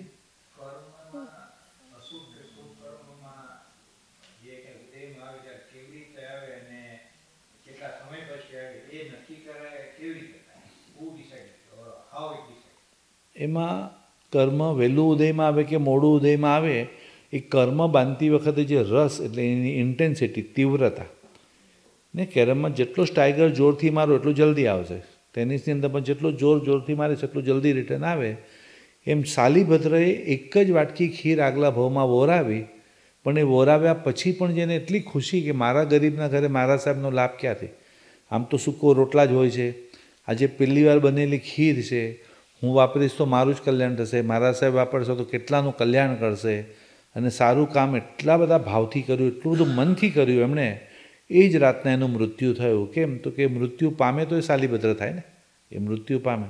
એટલે જે પુણ્ય કર્મ કે જે પાપ કર્મ વધારે તીવ્રતાથી કરો એટલું જલ્દી ઉદયમાં આવે, અને આવશે ત્યારે કેવી રીતના ભોગવવાનું એ આપણે ધર્મથી, કારણ કે કર્મ દ્રશ્ય આપે અને ધર્મ પછી આપણને દ્રષ્ટિ આપે. એ સિચ્યુએશનમાં કઈ રીતના રિએક્ટ કરવાનું એ આપણા હાથમાં છે.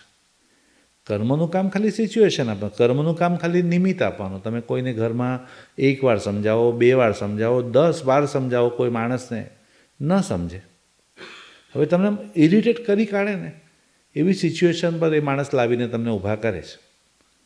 બસ કર્મનું કામ, હવે ઇરિટેટ થવું કે ન થવું એ તમારા હાથમાં છે. એ કર્મના હાથમાં નથી, એ સિચ્યુએશન કર્મના હાથમાં છે. સિચ્યુએશનમાં રિએક્શન એ આપણા હાથમાં.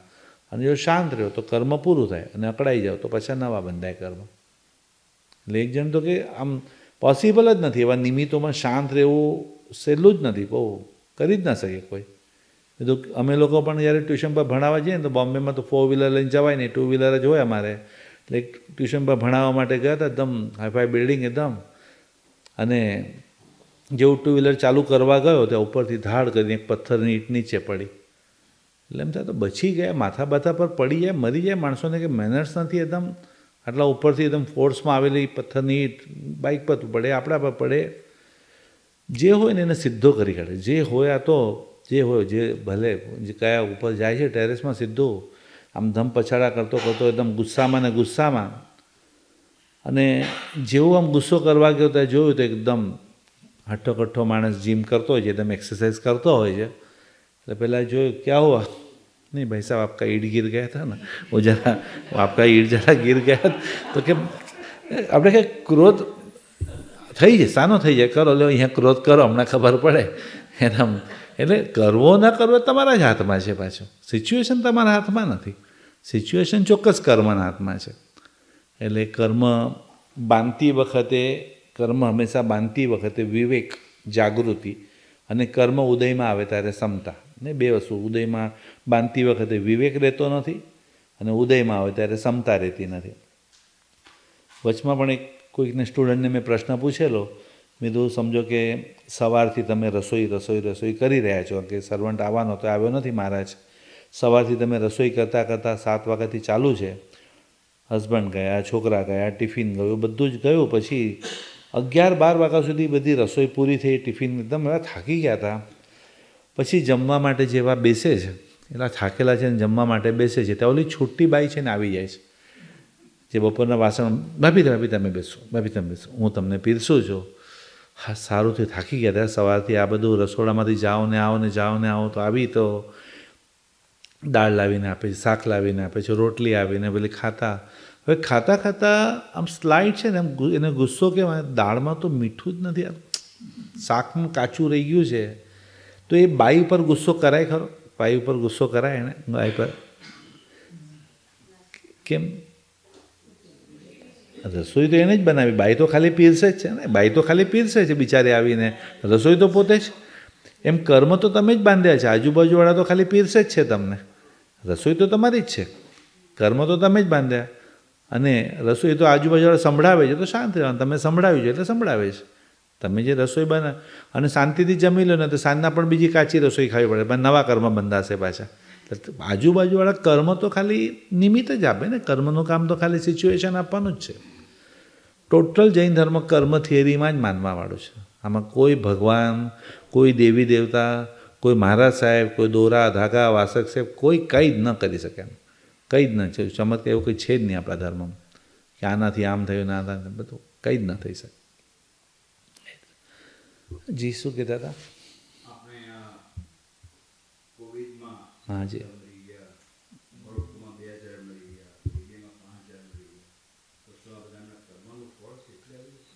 સમૂહ કર્મ બાંધ્યા હોય ને, હા એક સાથે બાંધ્યા હોય ને એ ટાઈમે એ લોકોનો નંબર લાગે, એ ટાઈમે એવી જગ્યાએ ભેગા થાય કે એમાં જરા વધારે પકડાઈ જાય. એમ 500 જણા ફ્લાઇટમાં ભેગા જતા અને સાથે સમૂહ ક્રેશ થતો હોય, એકબીજાને ઓળખતા પણ ન હોય તો હવે બધા એ ફ્લાઇટમાં ભેગા થાય કે સમૂહ કર્મ એ ટાઈમે બાંધેલા હોય ને, એ ટાઈમે એ દેશમાં ભેગા થાય ને ત્યાં વધારે થયું, એમાં આટલું બધું પબ્લિક ઓછું થઈ જાય ક્યારેક.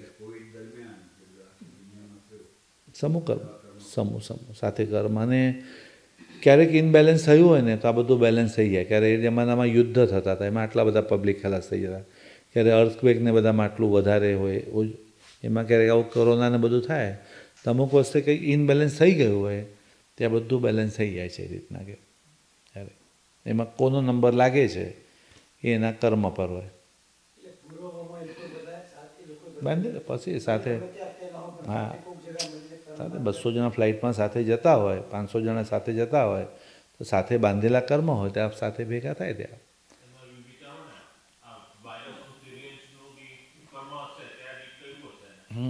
એટલે આટલા નાનકડું પણ કેટલું બધું ફેલાઈ ગયું ને કેટલું બધું નુકસાન કરી દીધું હશે એ રીતના કે ચોક્કસ. સમૂહ એની ક્વેશ્ચન બીજા કોઈના કંઈ? જી સાહેબ, છે આગલો ભાવ પાછલો ભાવ છે કે નહીં? આગલો પાછલો ભાવ હોય કે ન હોય? નહીં હોય તો ખરું. અને આ તો 4 ગતિ છે, આ 4 ગતિના સબ ડિવિઝન પાછા 84 લાખ થશે ને. આ 4 ગતિનું સબ ડિવિઝન કેટલું? 84 લાખ ને. ધડ ધડ ધડ 7 લાખ પૃથ્વી કાય, 7 લાખ અપકાય, 7 લાખ તેવું કાંઈ જે બોલીએ એ 4 ગતિના પેટા વિભાગ કેટલા? 84 લાખ છે. રાઈટ, આપણે એમાં જશું. અંકલ શું કહેતા હતા તમે? બોલો દાદા, બોલો પ્રશ્ન. આપણે જનરલી કહીએ છીએ કે ભાઈ કર્મ તો ભોગવવા જ પડે, આપણે સિવાય જૈન ધર્મ સિવાય પણ બીજી ગમતી હતી, પણ તો તપથી એનો ક્ષય થાય કે ભોગવવા જ પડે. એ શબ્દ જે છે ને એ ખોટો શબ્દ છે. કરેલા કર્મ ભોગવવા જ પડે એ જૈન ધર્મ નથી માનતો. કારણ કે કરેલા કર્મ જો મારે ભોગવવા જ પડે તો મારું આયુષ્ય નાનું છે ને કર્મ વધારે છે. જેટલા બાકી રહેશે એટલા કેરી ફોરવર્ડ થશે બીજા ભાવમાં, કારણ કે ભોગવવાના બાકી રહી ગયા, અને પ્લસ આ ભાવમાં બાંધીશ એમાં એડ થશે. તો દરેક જન્મમાં મારા આયુષ્ય કરતાં કર્મનો જથ્થો વધારે જ રહેવાનો, તો ક્યારે મોક્ષ જ ન થાય આત્માનો ક્યારે. કારણ કે દરેક ભાવમાં કર્મ વધતા જ જાય. એટલે તમારે એ કર્મને તમે બાળી શકો છો. થાય ને. અને તપ એક અગ્નિ કીધો છે. તપ માટે એમ કીધું કે શેરડીનો જે સાઠો હોય, શેરડીનો સાઠો એ કોઈના માથામાં માર્યું હોય તો આમ લોહી લુહાણ થઈ જાય, લોહી લુહાણ. પણ એ શેરડીના સાઠામાંથી તમે આમ રસ નીચોવી નાખો તો આમ તમે મારો તો વાગે જ નહીં. એમ તપથી શું કર્યું? તમારા આત્મા પર લાગેલા જે જન્મોજન્મના કર્મ હતા એને તમે આમ નીચોવી નાખો છો. હવે કર્મ એટલું સાયલેન્ટ આવીને જતું રહે કે તમને ખબર જ ના પડે કે એમ સુડીનો દળ સોય થઈ ગયું. પણ આપણે તપનો અર્થ શું કર્યો છે? તપ એટલે ભૂખ્યા રહેવાનો. ધર્મ કે તપ એટલે ઈચ્છાને રોકવાનો. તપનો અર્થ શું? ઈચ્છા, એને રોકવું એનું નામ તપ. ઈચ્છા નિરોધે ઇતિ તપઃ. ઈચ્છાને રોકવો. ઈચ્છા ખાવાની જો એમ કેમ સમજવાનું? ઈચ્છા બોલવાની પણ હોય ને, રાઈટ. ઈચ્છા નિંદા કરવાની પણ હોય, ઈચ્છા ખરીદવાની પણ હોય, ઈચ્છા ફરવાની પણ હોય. બસ ઈચ્છાને રોકવું એ તપ. તો ખાલી ખાવા પીવા પર જે અટકી જવાય છે એટલે બહુ ડર લાગે. પર્યુષણ આવે તો બરાબર, વાંધો નથી, પણ પછી કોઈ તપ કે બસ હમણાં પર્યુષણ કે હવે માથું નહીં ખા હમણાં, એને હમણાં પણ ભગવાને કીધું 12 જાતના તપ છે. અણસણ ન થાય તો ઉણોદરી કરો, ઉણોદરી ન થાય તો વૃત્તિ સંક્ષેપ, રસ ત્યાગ, કાયક્લેશ, સલ્લીનતા, પ્રાયશ્ચિત, વિનય, વ્યાવત, સ્વાધ્યાય, ધ્યાન, કૌશક. અત્યારે સ્વાધ્યાય 10મા નંબરનો તપ છે સૌથી. હવે એકવાર શું શંકર ભગવાને છે ને પેલા બળદ સાથે મેસેજ મોકલાવ્યો ને. બળદ ઓછી બુદ્ધિ, જાડી બુદ્ધિ. બળદને શું કીધું? ધરતી પર જઈને કે બહુ પાણી છે, માણસોને કે 3 વાર નાય અને 1 વાર ખાય, અનાજ ઓછું છે, 3 વાર નાય ને 1 વાર ખાય, 3 વાર નાય 3 વાર બળદ ને શું કહેવા માંગે ખબર ના પડે, એમ તો ખાલી કીધેલું ગોખતો આવે છે. અને એમાં વચ્ચે એક જણા ઊભા રાખ્યો, શું બોલે છે ભાઈ, તો શું તો કે મને ઊભા નહીં રાખો, માંડ તો મને યાદ રહ્યું. શું કીધું ભગવાને? હા, 3 વાર ખાય ને 1 વાર નાય, 3 વાર ખાય ને 1 વાર નાય. એ 3 વાર ખાય ને 1 વાર નાયનો મેસેજ આખો ઊંધો કહી નાખ્યો. 3 વાર ખાય ને અત્યારે 3 વાર ખાય એટલે બીજાને અનાજ ઓછું પડે, અને 1 વાર નાય. પાણી એટલું બધું છે, નાયા કરો ને ભાઈ. 3 વાર ખાય અને 1 વાર નાય, આખો મેસેજ ઊંધો થઈ ગયો છે. એમ જૈન ધર્મમાં પણ ભગવાને શું કીધું છે? તમારે તપ, જપ, જ્ઞાન અને વ્યાવચ એમ 4 રીતે ધર્મ કરવાનો. તમારે તપ પણ કરવાનો, જપ એટલે હંમેશા જાપ કરવાનું, માળા ગણવાનું, સ્મરણ ગણવાનું, નવસ્મરણ વગેરે બધું ગણવાનું. જપ એટલે તમારે જાપ પણ કરવાનો, જ્ઞાન પણ ભણવાનું, અને વ્યાવચ એટલે સેવાના કામમાં પણ આગળ આવવાનું. કોઈપણ જગ્યાએ જ્યાં જરૂરિયાત હોય ત્યારે આપણે ઊભા રહેવાનું. તપ કરવાનું, જપ કરવાનું, જ્ઞાન ભણવાનું અને વ્યાવચ. પણ એમ કીધું કે જો તમારે ધાર્મિક દેખાવું હોય, તમારે ધાર્મિક દેખાવું છે, તો પહેલાં તપ કરો, પછી જપ, પછી જ્ઞાન અને પછી વ્યાવચ. કારણ કે તપ બધાને દેખાય છે ને, તપ બધાને દેખાય. 8 દિવસ આવીને ધર્મ કરી નાખે, ઓળી આવીને ધર્મ કરી નાખે એટલે તપ બધાને દેખાય. પણ જે રેગ્યુલર જપ કરતા હોય, રોજ માળા ગણતા હોય, સ્મરણ ગણતા હોય, ભક્તામણ ગણતા હોય, દર્શન પૂજા કરતા હોય, એ થોડું ઓછું. ઠીક છે, અમને અઠ્ઠાઈ છે, પછી ભલે પૂજા કરવા ન જાય ને પ્રતિકરણે ન કરે ને કંઈ ન, પણ એ જપવાળા જે રોજ કરતા હોય એ કોઈને ન દેખાય ને. તપને જેટલું માન છે એના કરતાં જપનું માન ઓછું છે. જપ કરતાં પણ જ્ઞાન ભણી અને પોતાનો સ્વભાવ જે બદલતા હોય, પોતાનું જ્ઞાન ભણીને સ્વભાવ, એની વેલ્યુ તો એનાથી પણ ઓછું છે. મહારાજ સાહેબના વ્યાખ્યાનમાં બેઠા હોય આગળ, મહારાજ સાહેબ બોલે ને લખ્યા કરતા. અરે લખશે નહીં તો વાંચશે કઈ રીતના? લખશે તો ક્યારેક મહિના 2 મહિના પછી વાંચશે ને. મહારાજ સાહેબ તો જતા રહેશે, પછી તો એ પુસ્તકમાંથી જ. એ જ્ઞાનવાળાની વેલ્યુ એનાથી ઓછી. અને વ્યાવચ એટલે કોઈ સેવા કરવાનું કામ ઉપાડે ને, સેવા, તો કે એમને તો આમે શું કામ છે, તો આમે ફ્રી જ છે, આમે એમને કામ શું છે, એમને તો નવરાજ છે.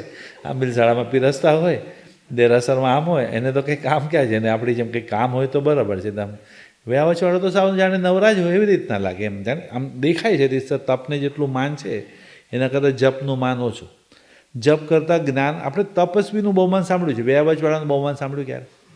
કે ચલો અહીંયા સ્વામી વાત્સલ્યમાં ખડે પગે ઊભા રહીને પીરસતા હતા, એ લોકોનું બહુમાન છે આ. એ 12 મહિના દેરાસરનું આ વ્યક્તિએ કાર્ય કર્યું, કે આ વ્યક્તિએ ઓડિયો વિડીયોનું સંભાળ્યું, તો એનું બહુમાન બધાના વચ્ચે કરીએ. કોઈ જેટલું તપનું માન છે એના કરતાં જપનું માન ઓછું. જપ કરતાં જ્ઞાનવાળાનું માન એનાથી ઓછું. વ્યાવચવાળાનું તો સાવ જ. જ્યારે ધર્મ શું કહે છે? વ્યાવચ એક ગુણ એવો છે, વ્યાવચ એક ગુણ એવો છે જે ગુણ પણ છે, અને વ્યાવચ એ 9મા નંબરનું તપ પણ છે. 9મા નંબર, ઉપવાસ કરતાં 9 ટાઈમ ડબલ કર્મ બળે. વ્યાવચ કોઈ પણ રીતના સેવા કરતું હોય કે ભાઈ તમે કરો, અટકો તો મને કહેજો, હું ઊભો છું તમારી પાછળ. કોઈ તનથી આપે, કોઈ મનથી આપે, કોઈ ધનથી આપે, પણ અટકવાનું નહીં, કામ ન અટકવું જોઈએ એકદમ. કોઈ કઈ રીતના હેલ્પ કરતું હોય, જેનામાં જે આવડત હોય એ રીતના. વ્યાવચ એ તપ પણ છે અને વ્યાવચ એ ગુણ પણ છે. વ્યાવચ, આ વ્યાવચ એક જ ગુણ એવો છે કે જે આવ્યા પછી કોઈ ભવમાં જાય જ નહીં. અપ્રતિપાતી કહેવાય. અપ્રતિપાતી એટલે કેવળ જ્ઞાન કેમ આવ્યા પછી જાય નહીં ને, બાકીના 4 જ્ઞાન જતા રહે, પણ કેવળ જ્ઞાન આવ્યા પછી ન જાય. એમ વ્યાવચ ગુણ એવો છે, આવ્યા પછી જાય જ નહીં કોઈ ભવમાં. કોઈ ભવમાં એ ભેગું ને ભેગું જ રહે. એ સ્વભાવ એવો હોય ને કે દરેક ભવમાં એને કંઈ ને કંઈ કર્યા કરવાનું મન થાય. એ કાગડા તરીકે પણ કાકા બધાને પહેલાં ખવડાવશે પછી જ ખાશે. એ હાથી તરીકે પણ 3 પગ પર ઊભા રહીને પહેલાં સસલાને બચાવશે પહેલાં. એ સ્વભાવ થઈ જાય, એ છોડી જ ન શકે. એ મહારાજ સાહેબ પણ ઉપદેશ આપે એ રહી જ ન શકે. ગામે ગામે વિહાર કરીને જાય છે, લોકોના કલ્યાણ માટે જ. એટલે વ્યાવચ ગુણ અપ્રતિપાતી જે ધર્મ, કે સૌથી પહેલું વ્યાવચ ધર્મ હોય છે. ધર્મ પછી કરવાનું, જે કરે છે એને પહેલાં કરવા દેવાનું, આપણે પાછળથી હેલ્પ કરવાની. તમે કરો, અમે તો રોજ કરીએ છીએ, તમે કરો, તમે કરો, તમને કરવા દો, વાંધો નહીં. એટલે વ્યાવચ એ સૌથી વધારે. પછી વ્યાવચ કર્યા પછી કેમ જ્ઞાન ભણવાનું, વ્યાવચ પછી જ્ઞાન, નહીં તો પછી તમને ધીમે ધીમે એ વ્યાવચનું પણ એક અભિમાન આવવા માંડશે ને. અભિમાન આવશે કે ભાઈ મારા વિના કોણ કરે, ચલો હું જોઉં છું તમને કોણ કરે છે. તમે જાણે આપણા પર આખું દુનિયા ચાલતી હોય ને, ભગવાન વિના અટક્યું નથી સંસાર, આપણા વિના ક્યાં અટકવાનું, કોઈને કોઈ બીજું સંભાળશે ને બીજું સંભાળ. તમે એમ નહીં માનો કે ભાઈ આપણા પર, એટલે ઉલટાનું એ લોકોએ મને મોકો આપ્યો, આવું સેવા કરવાનો એ લોકોએ મોકો આપ્યો. આખી ભાષા બદલાઈ જશે જ્ઞાન ભણ્યા હશે તો. અમે તો ઘણી વખત આમ જોઈએ ને કે ઓલી મારી કઝિન આવી હતી, પછી બિચારી સાંજના ક્યારે જઈને રસોઈ કરે ને પછી મેં એને જમાડીને મોકલાવીને, અરે જે રીતના બોલે એણે લાભ આપ્યો એમ બોલ ને ભાઈ, તો કે એ નહીં, બિચારી જાય ક્યારે એને રસોઈ ક્યારે, પછી એને જમાડીને મેં બિચારીને મોકલાવી. મારા સાહેબ માટે બિચારા બોલે, આજકાલ તો બીજો ચોવ્યાની રસોઈ પછી બિચારા મારા સાહેબ. મેં તો બિચારા બોલો નહીં ભાઈ, તમે જ્ઞાન નથી ને, જ્ઞાન નથી, એમણે લાભ આપ્યો દેખાતો નથી. વ્યાવજ પછી જ્ઞાન, પછી જપ ને જપ એટલે જરાક કોઈ વખાણ કરે તો વાહ તમે તો, આપણે તો નિમિત્ત છીએ, ભગવાન આવા સારા કાર્ય કરવાના મોકા આપે છે આપણને. લોકો પૈસા ખર્ચે તો આવો લાભ ન મળે એટલો બધો, તો આવો મોકો આપણને ક્યાંથી મળવાનો? એટલે જ્ઞાન એટલે આ બધા વડીલોની કૃપા છે, મા બાપના આશીર્વાદ છે, ભગવાનની કૃપા. એટલે જ્ઞાન હોય તો આખી ભાષા બદલાઈ જાય. વ્યાવજ પછી જપ, જ્ઞાન, જ્ઞાન પછી જપ. અને જપ પછી એ જે તમે તમારો મોહ છોડી દો છો, એ જે તમે તમારી રીતના સમજો તમે બધા કરો, પણ બીજા લોકો પોતાનો મોહ તો છોડે ને. બધી ગાડી લાઇનસર બેસાડવામાં, તડકામાં ઊભા હોઈએ આપણે, કારણ કે બધું વ્યવસ્થિત રહે તો જ પ્રતિક્રમણ. તો એ જે તમે ખડે પગે તડકામાં ઊભા છો, તો એ તપ જ છે ને તમારા માટે. તપ તો છે જ. એટલે કર્મની નિર્જરા તો થાય જ છે. આત્મા પર લાગેલા કર્મ એ તપથી બળે. પણ તપના 12 પ્રકાર છે. આપણે તપ એટલે લગભગ ખાલી ખાવાનું છોડવું એ જ તપ સમજતા હોઈએ આપણે. ખાવાનું છોડવું એવું નથી. કોઈ પણ આમ અમુક લોકો તો છોકરાઓ ખાઈ લે એ તપ કહેવાય. હાસ ખાઈ લીધું, ખાતો જ નથી મારા બેટા, ખાતો જ નથી. આમ એક કોળિયો અંદર ગયો ને તો બીજું આપવું પડે તો પેલું અંદર જાય, પછી એક આમ એ ખાઈ લે તપ કહેવાય. બોલો. અને અમુક લોકો તો એટલે એવું કંઈ નથી કે તપ ખાવા પીવા જ કેમ, અણસણ, ઉણોદરી, વૃત્તિ, સંક્ષેપ, રસ ત્યાગ, કાય ક્લેશ ને કેટલી, એટલે તપથી કર્મ બળે તો ખરા જ. તપથી આજના સવારના પણ એક સબ્જેક્ટની અંદર હતું કે તપની અંદર આ જમાનાની અંદર સૌથી પહેલાં કોઈની દેખાદેખી નહીં કરવાની. એણે કર્યું એટલે હું કરું, એણે કર્યું એટલે ત્યાં ગયો ફરવા એટલે હું જાઉં, એણે આ ગાડી લીધી એટલે હું ગાડી લઉં. હવે દેખાદેખી નહીં કરો તમે. એ દેખાદેખી કરવી એ બાળ સ્વભાવ કહે ને, પપ્પા એ લોકો લીધી આપણે પણ લઈએ. દેખાદેખી નહીં કરો. પછી બીજા નંબરનું કીધું કે કદાચ તમે ન કરી શકો, એણે કર્યું તો તમારે બીજા નંબરમાં લખે છે કે તમારે એની અદેખાઈ એટલે ઈર્ષ્યા નહીં કરવાની. નહીં, ઈર્ષ્યા હું ન કરી શકું ને એ કરે મારો ભાઈ એટલે મને એની ઈર્ષ્યા આવ્યા કરે. ઈર્ષ્યા ને એટલે ઈર્ષ્યાના કારણે આપણે નિંદા કર્યા કરે. આખું દિવસ એનું બતાવ્યા, ગામના તો પૈસો આપતા નથી ને મોટી ગાડીઓ લઈને ફરે છે, જો આમ જ નીકળશે તેમ જ નીકળશે, એ બળતરા થતી હોય. એટલે આ બધા તપના પ્રકાર છે મોડર્ન અત્યારના. ઈર્ષ્યા નહીં કરવાની. ને એકવાર ભગવાન પ્રસન્ન થઈને કીધું તારે જે માંગો એ માંગ. તો કે જે માંગો હોય તો જે માંગો એ છોડતા ને. શરત એટલી કે તારા જે નિયરેસ્ટ વ્યક્તિ હશે ને એને બધું ડબલ આપીશ. પહેલાં કે તો પછી મતલબ શું, એને જો ડબલ આપવાનું હોય તો પછી મતલબ શું? તો તું ડબલ માંગ ને, પણ તું ડબલ તો કે ને 4 તો તને શું વાંધો, તને જો એટલું મળે જ ને. ઠીક છે તો પછી આપો ભગવાન મને ઘર આપો. તો પહેલાંને 2 મોટા એનાથી મોટા વિલા મળ્યા, એનાથી મોટા વિલા. એને મને પૈસા આપો તો પૈસા ડબલ, દાગીના તો પેલા દાગીના ડબલ. એ મને મળ્યો એનો આનંદ કરતા એને મળ્યો એનો દુઃખ વધારે હોય પાછું. ને પિક્ચરવાળા સમજાવે આ બધું તો ને, ફ્રેન્ડ ફેલ થાય એનો દુઃખ થાય પણ ફર્સ્ટ આવે એનું બધા દુઃખ થાય. આપણે કંઈ એકદમ ફ્રેન્ડના મૂવીમાં સમજાવીએ આપણને તો ઘર ડબલ, પૈસા, ખેતર, આ તે બધું ડબલ કરતાં હવે તમે મારા કમ્પાઉન્ડમાં મોટો એક કૂવો આપી દો એટલે પેલાને 2 મોટા કૂવા મળી ગયા. હવે એનું સુખ જોવાતું નથી. પોતાને મળવાનો આનંદ કરતાં એનું સુખ પણ એ સુખી થઈ ગયું. ભગવાન તમે મને એટલું બધું આપ્યું જ ને, અરે મારે તમને કંઈક અર્પણ કરવું તો કે શું આપું જ ભાઈ? તો કે મારી 1 આંખ લઈ લો. તો કે શું થાય? તો કે એની 2 આંખ જાય ને કૂવામાં પડે તો ઓટોમેટિક હું તો એના કરતાં ઈર્ષ્યાના કારણે કેટલો માણસ ખાઈમાં પડેલો બચે પણ અદેખાઈમાં પડેલો ન બચે ને. એટલે કોઈની અદેખાઈ નહીં કરવાની ના પાડે. પછી બોલાચાલી નહીં કરવાની. બોલાચાલી એટલે ને અદેખાઈને કારણે શું બોલાચાલી કરે ને, એકદમ આર્ગ્યુમેન્ટ કર્યા જ કરે. છોડ ને ભાઈ, એનું પુણ્ય છે તો એ કરે. આપણી બોલાચાલી બહુ કરે. બોલાચાલી કરવા છતાં પણ કોઈ આપણું ન સાંભળે પછી જીદ ઉપર આવીએ, એકદમ જીદ. હું નથી આને લગ્નમાં, હું નથી વાત કરવાની સાથે, એને કરે એટલે જીદ ઉપર આવી જાય. ઘણા લોકો એકદમ જિદ્દી બની જાય ક્યારેક. છે તાકાત તપ કરવાની આવી જીદ આમ ને એકદમ નાની. કોઈ સાતા નહીં પૂછે, પહેલાં કહું છું. હા જીદ. પછી 5મા નંબરમાં આવે છે કે રીસાવાનું નહીં. ને રીસ તણો રસ જાણીએ સજ્જાયમાં જે ગઈકાલે આપણે બોલે કડવા ફળ છે ક્રોધના જ્ઞાની. રીસ તણો રસ જાણીએ હલાહલ તોલે. હલાહલ સાઈનાઇટ આમ જીભ પર લગાડો તરત એમ રીસાઈ જવું, મરવાનો આ માણસ.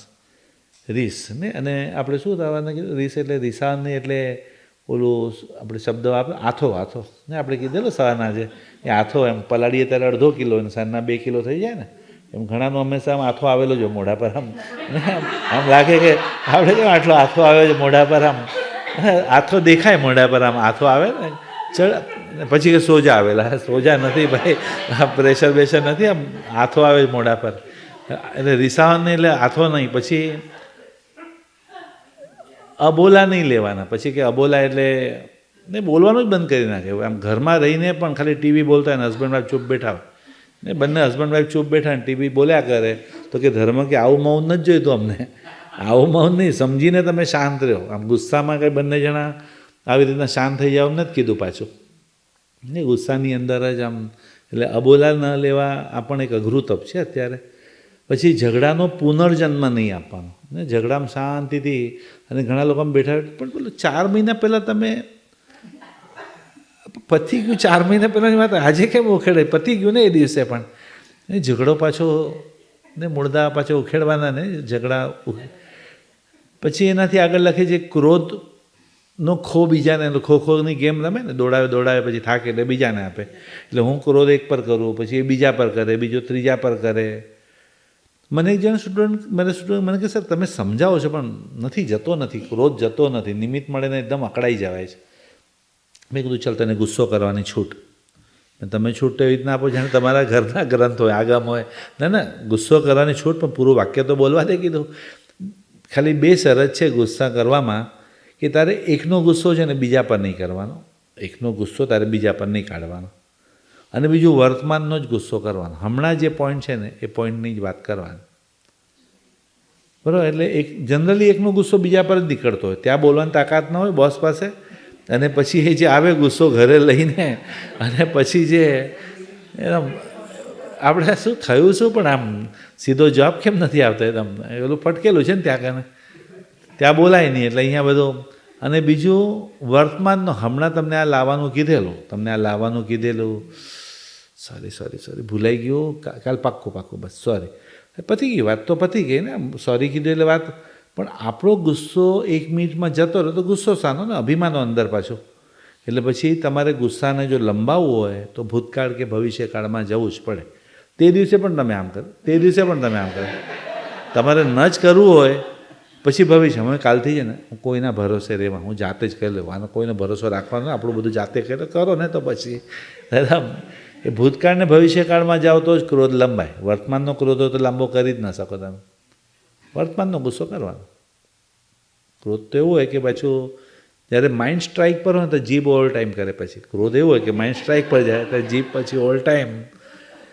એ ઓલા મુલ્લાજીની વાત આવે એની વાઈફને કે તું બડબડ નહીં કર, તું બડબડ જો મારું મગજ ફરશે ને તારા 64 દાંત તોડીને હાથમાં મૂકી દઈશ. એકદમ વધારે બડબડ નહીં કર, આગળ અક્કલ નથી, બુદ્ધિ નથી. આને આટલું બધું અપમાન. હવે કોઈ માણસ જોરથી બોલે તો સાંભળે કોણ?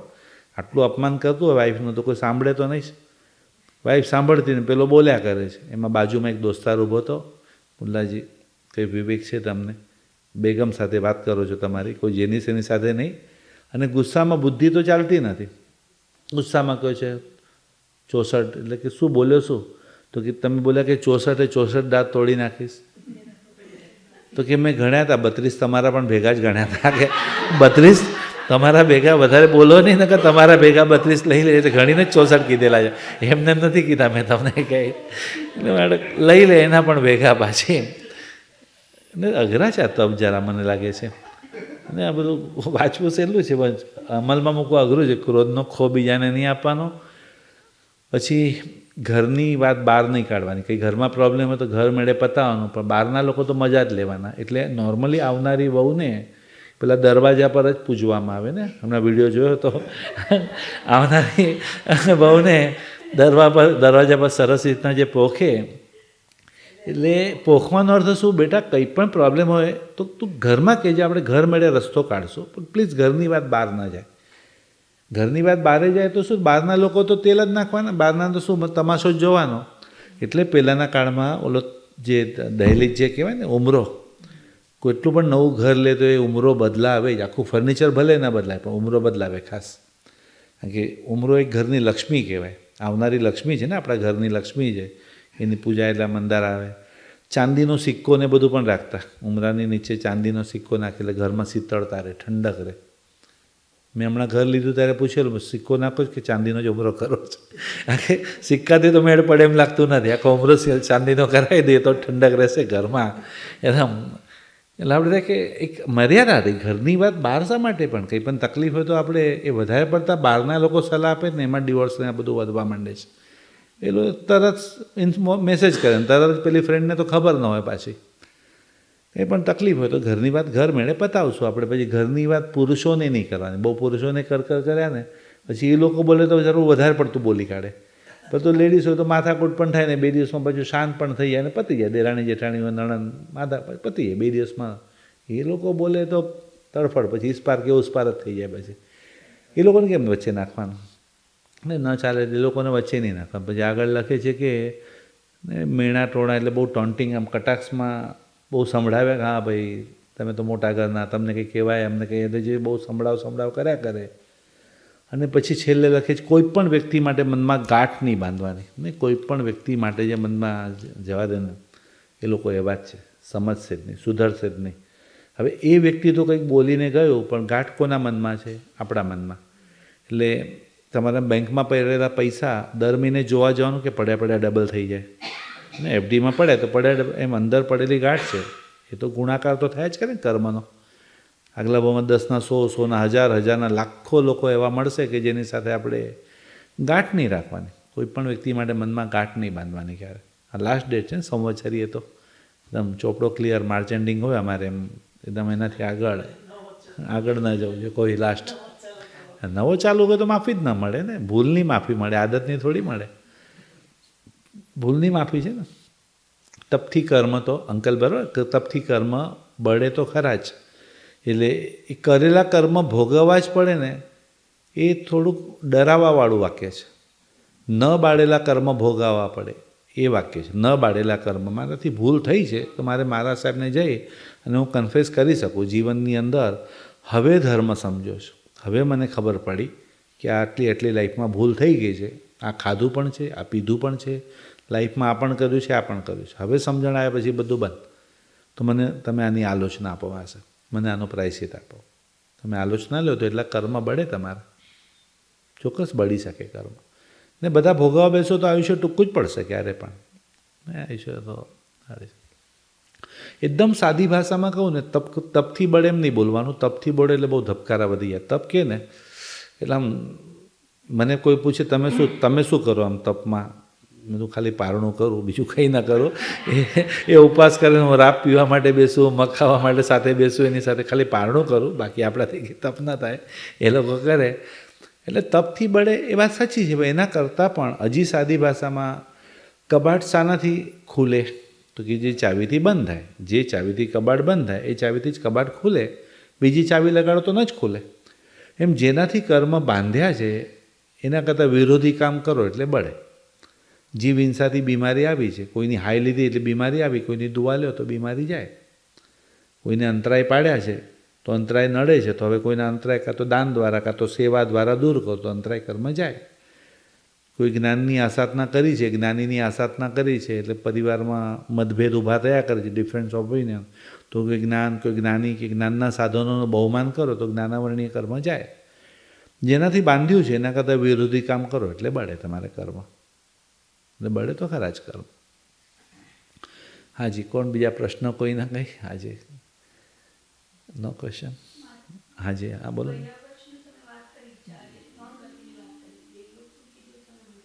શાનું? નહીં, વ્યાવજ ગુણ છે.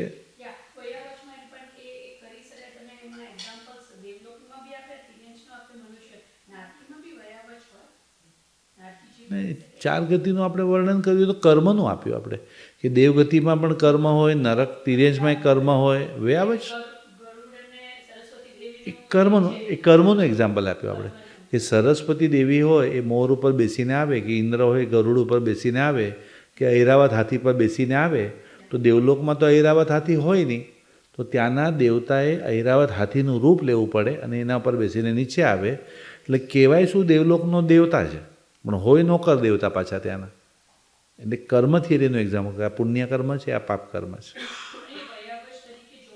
નહીં, મજબૂરી છે ને, મરજીથી નથી, મજબૂરી છે. મરજીથી કરતા હોય તો પછી ને વ્યાવચ મરજી, કોઈ પણ વસ્તુ તમે મરજીથી કરો તો જ કહેવાય, આ તો મજબૂરી છે એટલા માટે. બરાબર. એટલે સમજો હવે કોઈ પાલીતાણા ચડતા ચડતા ચપ્પલ વિના ચડી રહ્યું છે અને કોઈ ચપ્પલ પહેરીને ચડે છે, પણ એની ચપ્પલ ચોરાઈ ગઈ કે ચપ્પલ તૂટી ગઈ. હવે નીચે ઉતરતા બંને સરખી ગરમી સહન કરે છે, તો આની મજબૂરી છે, આની મજબૂરી છે ને આ મરજીથી. તો હવે આના સેમ ગરમી સહન કરવા છતાં આને કરોડ રૂપિયાના કર્મ તૂટે તો આના 100 રૂપિયાના જ કર્મ તૂટે. કારણ કે આને તો હમણાં કોઈ ડોલી આપે તો બે જાય એમ છે પાછો, પણ એટલે અકામને જા, એટલે મરજીથી નથી એ દેવતા. આપણે અહીંયા જે વાત ચાલે છે વ્યાવ છે, એટલે મારા મરજીથી મારે કરવું છે.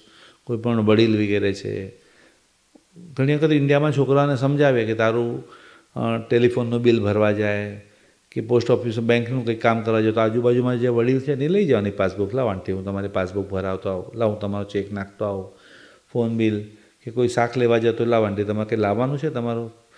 કે આ પણ વ્યાવ છે, અમે આ પણ વ્યાવ જ કહેવાય. કોણે કીધું કે સેવા જ કરવી છે તો આજુબાજુમાં કોઈ વડીલ રહેતા અને સેવા કેમ ન કરી શકાય? કરી શકાય ને. વ્યાવ તો કોઈનું કામ કરી આપવું એ વ્યાવ જ છે ને. પણ પછી જ્ઞાન, પછી જપ અને પછી તપ સાથે જોશે, ને તો પાછું અભિમાન આવી જાય ને પાછું. એટલા માટે 12 જાતના તપ છે: અણસણ ને ઉણોદરી ને વૃત્તિ સંક્ષેપ ને રસ ત્યાગ, કાય ક્લેશ સલીન. આ પર્યુષણ શબ્દોનો અર્થ જ આ થાય. પર્યુષણ શબ્દ એટલે શું? સ્ટ્રેસ વધી જાય, ધબકારા વધી જાય, ટેન્શન આવી જાય, 2 દિવસ ગયા, 3 ગયા, 4 દિવસ બાકી, હવે આટલું સ્ટ્રેસ લેવાની જરૂરત જ નથી. પર્યુષણ એટલે પરી એટલે ચારે બાજુથી, પરી એટલે ચારે બાજુથી, ઉષણ એટલે આત્માની નજીક આવવાનું.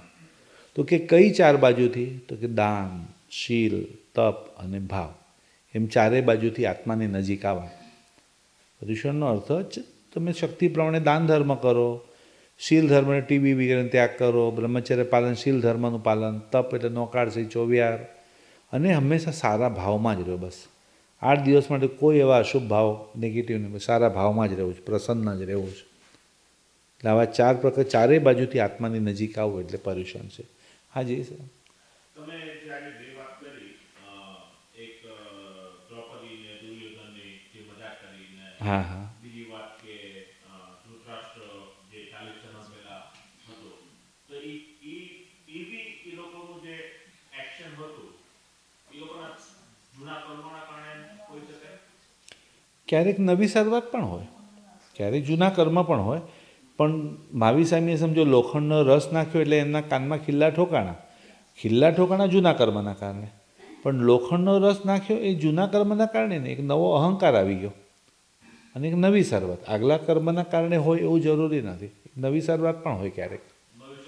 નવી શરૂઆત, જેમ દ્રૌપદી એક આગલા ભાવના હોય એવું નથી કે દુર્યોધને પણ સાંભળવાનું લખાયેલું જ હશે એવું નહીં, એક નવી શરૂઆત પણ હોઈ શકે. એટલે નવી શરૂઆત છે કે જૂનું છે એ ખાલી જ્ઞાની જાણે, પણ આમ નવી શરૂઆત હોઈ તો શકે છે.